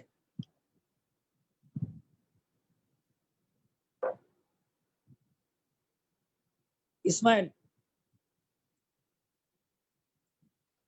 আপনি গুগলে গিয়ে জে আলী বুক সার্চ দেন, অজয় কান্তি মজুমদার, প্লিজ। শুনতে পাচ্ছি স্যার। কোনো প্রশ্ন আছে এদিক থেকে, সিমস থেকে? আমি সবাইকে বলে দিচ্ছি চ্যাট বক্সে প্রশ্নগুলো করার জন্য, আপনি ওখান থেকে দেখে দেখে প্রশ্ন করতে পারেন, আদারওয়াইজ আমরা হয়তো শেষ করে দিতে পারি। এই যে কিছু আমার কিছু পার্টিসিপেন্ট আমার ফেসবুক পেজে ওনারা ট্রেনিং এর ব্যাপারে কথা বলছে, আমি তোমাদের এই রেফারেন্স দিয়ে দিচ্ছি। হ্যাঁ, আচ্ছা, আসাদুজ্জামান আসাদ সিম সম্পর্কে জানতে চাচ্ছে। সিমসের সম্পর্কে বলবো, এটা হলো ইসমাইল, সিম সম্পর্কে একটু বলেন। সিমস আসলে আপনাদেরই প্রতিষ্ঠান, ঠিক আছে। এখানে এইচআর কমপ্লায়েন্স এন্ড অ্যাডমিনিস্ট্রেশন প্রফেশনালদের জন্য বিভিন্ন ধরনের প্রোগ্রাম আছে, যেমন আমরা হচ্ছে পার্সোনাল ডেভেলপমেন্ট, ক্যাপাসিটি বিল্ডিং এবং বিভিন্ন ধরনের সাপোর্ট দিয়ে থাকি। এবং সেই সাপোর্টের অংশ হিসেবেই আমরা আসলে আপনাদের এই যে ক্যাপাসিটি বিল্ডিং এর জন্য আজকের এই অ্যারেঞ্জমেন্ট, আর আমাদের বিভিন্ন প্রোগ্রাম আছে। আমাকে 1-to-1 চ্যাট বক্সে হয়তো আমার সাথে যোগাযোগ করলে আমি আরো ডিটেইলস বলতে পারবো আমরা আসলে কি ধরনের সাপোর্ট আমরা এইচআর কমপ্লায়েন্স এন্ড অ্যাডমিনিস্ট্রেশন প্রফেশনালদের জন্য দিয়ে থাকি।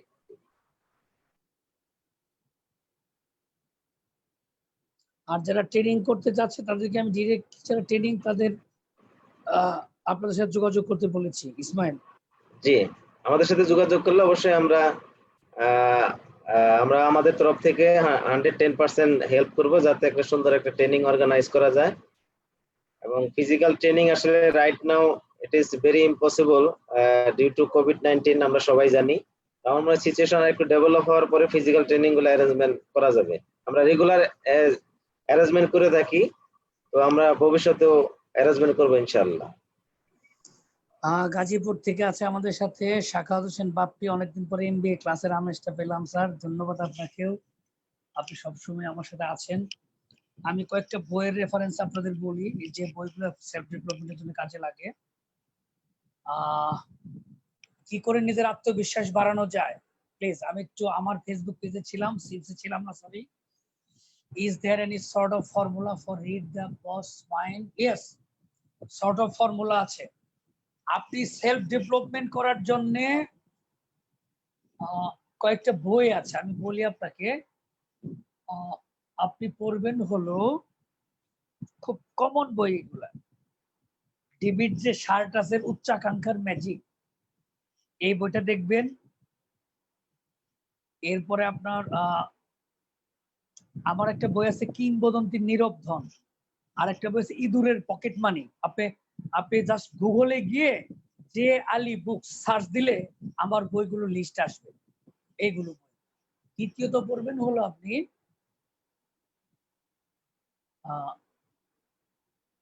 Power of your subconscious mind, এই বই। আর একটা বই আমি দেখাবো, কিভাবে দেখাই, এটা হলো কোয়ান্টাম মেথড, 20 টাকা দামের একটা বই, শহীদ আল বুখারীর লেখা বই, কোয়ান্টাম মেথড।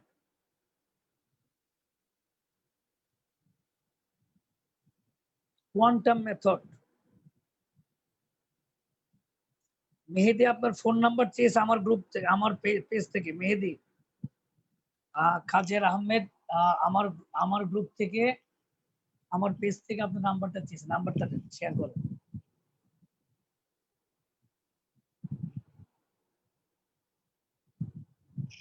সেলফ ডেভেলপমেন্টের জন্য সবচেয়ে বড় কথা হলো আপনাকে পড়তে হবে, হয় বই পড়বেন না হয় পিসিএ পড়বেন।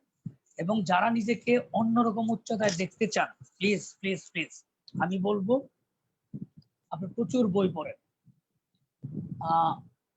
হ্যাঁ, কানেক্টেড আছি মেহেদি, কানেক্টেড আছি। সবচেয়ে বড় ব্যাপার হলো যে আমরা সেমসের এই ব্যানারে আমরা যারা কাজ করছি, আপনারা জাস্ট আমার ফেসবুক পেজে আসেন, ফেসবুক আমার প্রোফাইলে আসেন, ইনবক্স করেন। ফ্রেন্ড রিকোয়েস্ট যারা পাঠান তারা অবশ্যই আমাকে মেসেজ দিবেন, কারণ 5000 হয়ে গিয়েছে। শাকিল আপনাকে ধন্যবাদ।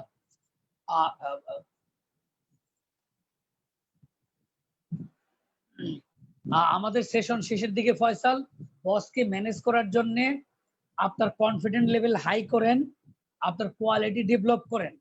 আর আপনি ইসমাইলের মাধ্যমে বা আমার নাম্বার দিয়ে, আমার নাম্বারটা শেয়ার করছি 01712, আবার বলছি 01712527291, এটা আমার নাম্বার। আর আমার ফেসবুক পেজের স্ক্রিনশটটা মেহেদি, আমার ফেসবুক পেজের স্ক্রিনশটটা দিয়ে দেন যাতে ওরা আমাকে রিচ করতে পারে। কারণ 1 ঘন্টা 2 ঘন্টা সেশনে সেলফ ডেভেলপমেন্ট সম্ভব না, এটা একটা কন্টিনিউয়াস প্রসেস। যেমন লাস্ট উইক আমি যে সেশনটা নিয়েছিলাম স্ট্রেস ম্যানেজমেন্ট, এরপরে অনেকে আমাকে ফোন করেছে, অনেকে আমাকে নক করেছে এফবিতে, এবং আমি তাদেরকে কিন্তু এইভাবেই। অজয় কান্তি, অবশ্যই টাইম ম্যানেজমেন্ট নিয়ে পাবেন। আপনি আমার ফেসবুক পেজে আসেন বা ফেসবুক প্রোফাইলে আসেন।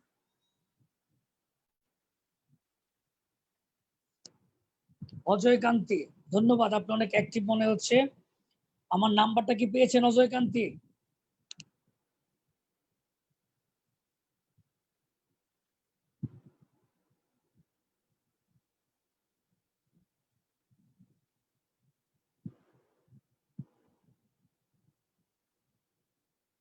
আমাকে ইনবক্স করবেন যে কোনো সময়, আমি ফ্রি হলে ইনবক্সে জবাব দেবো।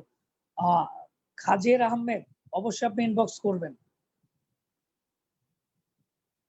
আমি নম্বরটা দিয়ে দিচ্ছি আহমেদ।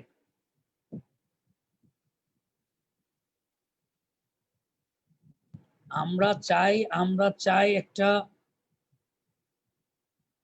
আপনাদের ডেভেলপমেন্ট চাই, কারণ সবাই ভালো থাকবেন, এটা হলো আমাদের চাওয়া। আমাদেরকে এগিয়ে যেতে হবে, আর সবাই ভালো করলে না এই দেশটা ভালো হবে। হ্যাঁ,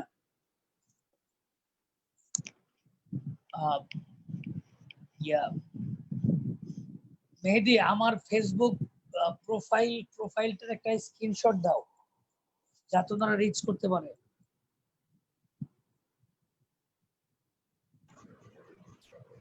আমরা হচ্ছে আপনার ফেসবুক প্রোফাইলটা সবাইকে মেইলে পাঠিয়ে দেব। অবশ্যই আমার ফেসবুক পেজের একটা লিংক একটু শেয়ার করে দাও। সিমস এখনই এটা দিয়ে দাও, অনেকে চাচ্ছে। একদিনে ডেভেলপমেন্ট সম্ভব না, যাদের বই দরকার অবশ্যই আমি নক করবেন, বইয়ের রেফারেন্স দিয়ে দিব। কারণ লং টার্ম আপনি, আমাদের উদ্দেশ্য 2 ঘন্টায় আপনাকে চেঞ্জ করানো না, আপনাকে শুধু জাস্ট একটা দিক নির্দেশনা দেওয়া, যাতে করে আপনি সেলফ ডেভেলপমেন্টে এগিয়ে যেতে পারেন। একজন মানুষকে সুন্দর পথ দেখানো, এর চেয়ে সুন্দর কিছু হতে পারে না মানুষের জীবনে।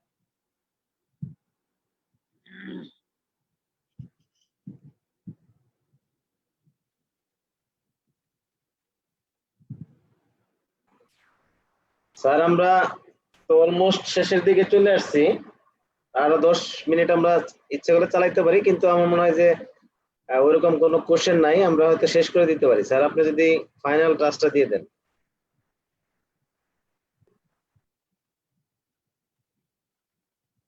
ফাইনাল টাচ শুধু আমি এইটুকু বলবো যে আজকের এই সেশনটা হলো, মানে দাওয়াত খেতে আসছেন, শুরুতে জাস্ট দাওয়াত খাওয়ার আগে আপনাকে অ্যাপিটাইজার দিলাম।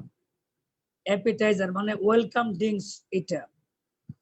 তো আমি যেটা বলতে চাচ্ছি যে জাস্ট আপনারা যারা আজকের এই সেশন অ্যাটেন্ড করলেন, তাদের প্রতি আমার একটা অনুরোধ থাকবে যে আপনারা আমাদের সাথে ফেসবুক পেজের মাধ্যমে হোক বা সিমসের মাধ্যমে হোক অ্যাড হন।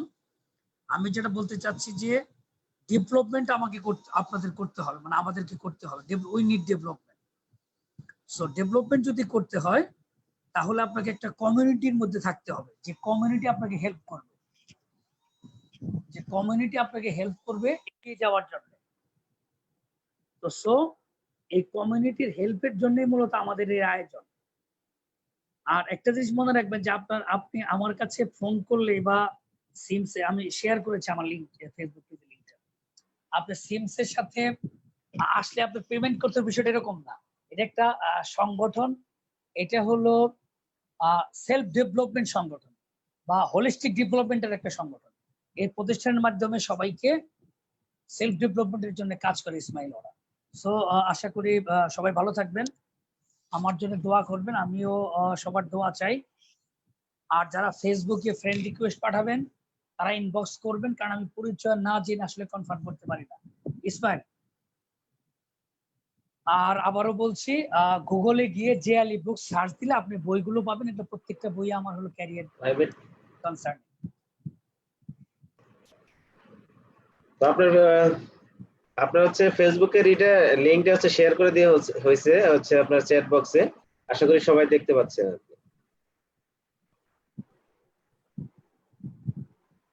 তো শেষ করে দেন। ধন্যবাদ সবাইকে, এবং স্পেশালি ধন্যবাদ প্রফেসর জে আলী স্যারকে। সে অনেক ব্যস্ত মানুষ, তারপরেও সে আমাদেরকে আজকের এই সেশনটা সুন্দর করে উপহার দেওয়ার জন্য এবং অনেক সুন্দর করে প্রেজেন্ট করার জন্য আমি তাকে ধন্যবাদ জানাচ্ছি। এবং সেই সাথে যারা পার্টিসিপেন্ট কষ্ট করে রোজার দিনে আমাদের আয়োজনে শরীক হয়েছেন তাদেরকেও ধন্যবাদ জানাচ্ছি। পরবর্তীতে সিমসের আরো নতুন নতুন টপিক নিয়ে আমরা চেষ্টা করব আপনাদেরকে অ্যাটাচ করার জন্য। ভবিষ্যতে আমাদের সাথে থাকবেন, সিমসের সাথে থাকবেন। সিমস একটা আপনাদের পার্সোনাল ডেভেলপমেন্টের জন্য কাজ করবে এবং ক্যাপাসিটি বিল্ডিং করার জন্য কাজ করবে। তো সবাইকে ধন্যবাদ জানিয়ে এবং আমি আবার আমার শ্রদ্ধেয় প্রফেসর জিয়া আলী স্যারকে ধন্যবাদ জানিয়ে আজকের এই সেশন এখানে সমাপ্তি টানছি। আসসালামু আলাইকুম ওয়া রাহমাতুল্লাহি ওয়া বারাকাতুহু।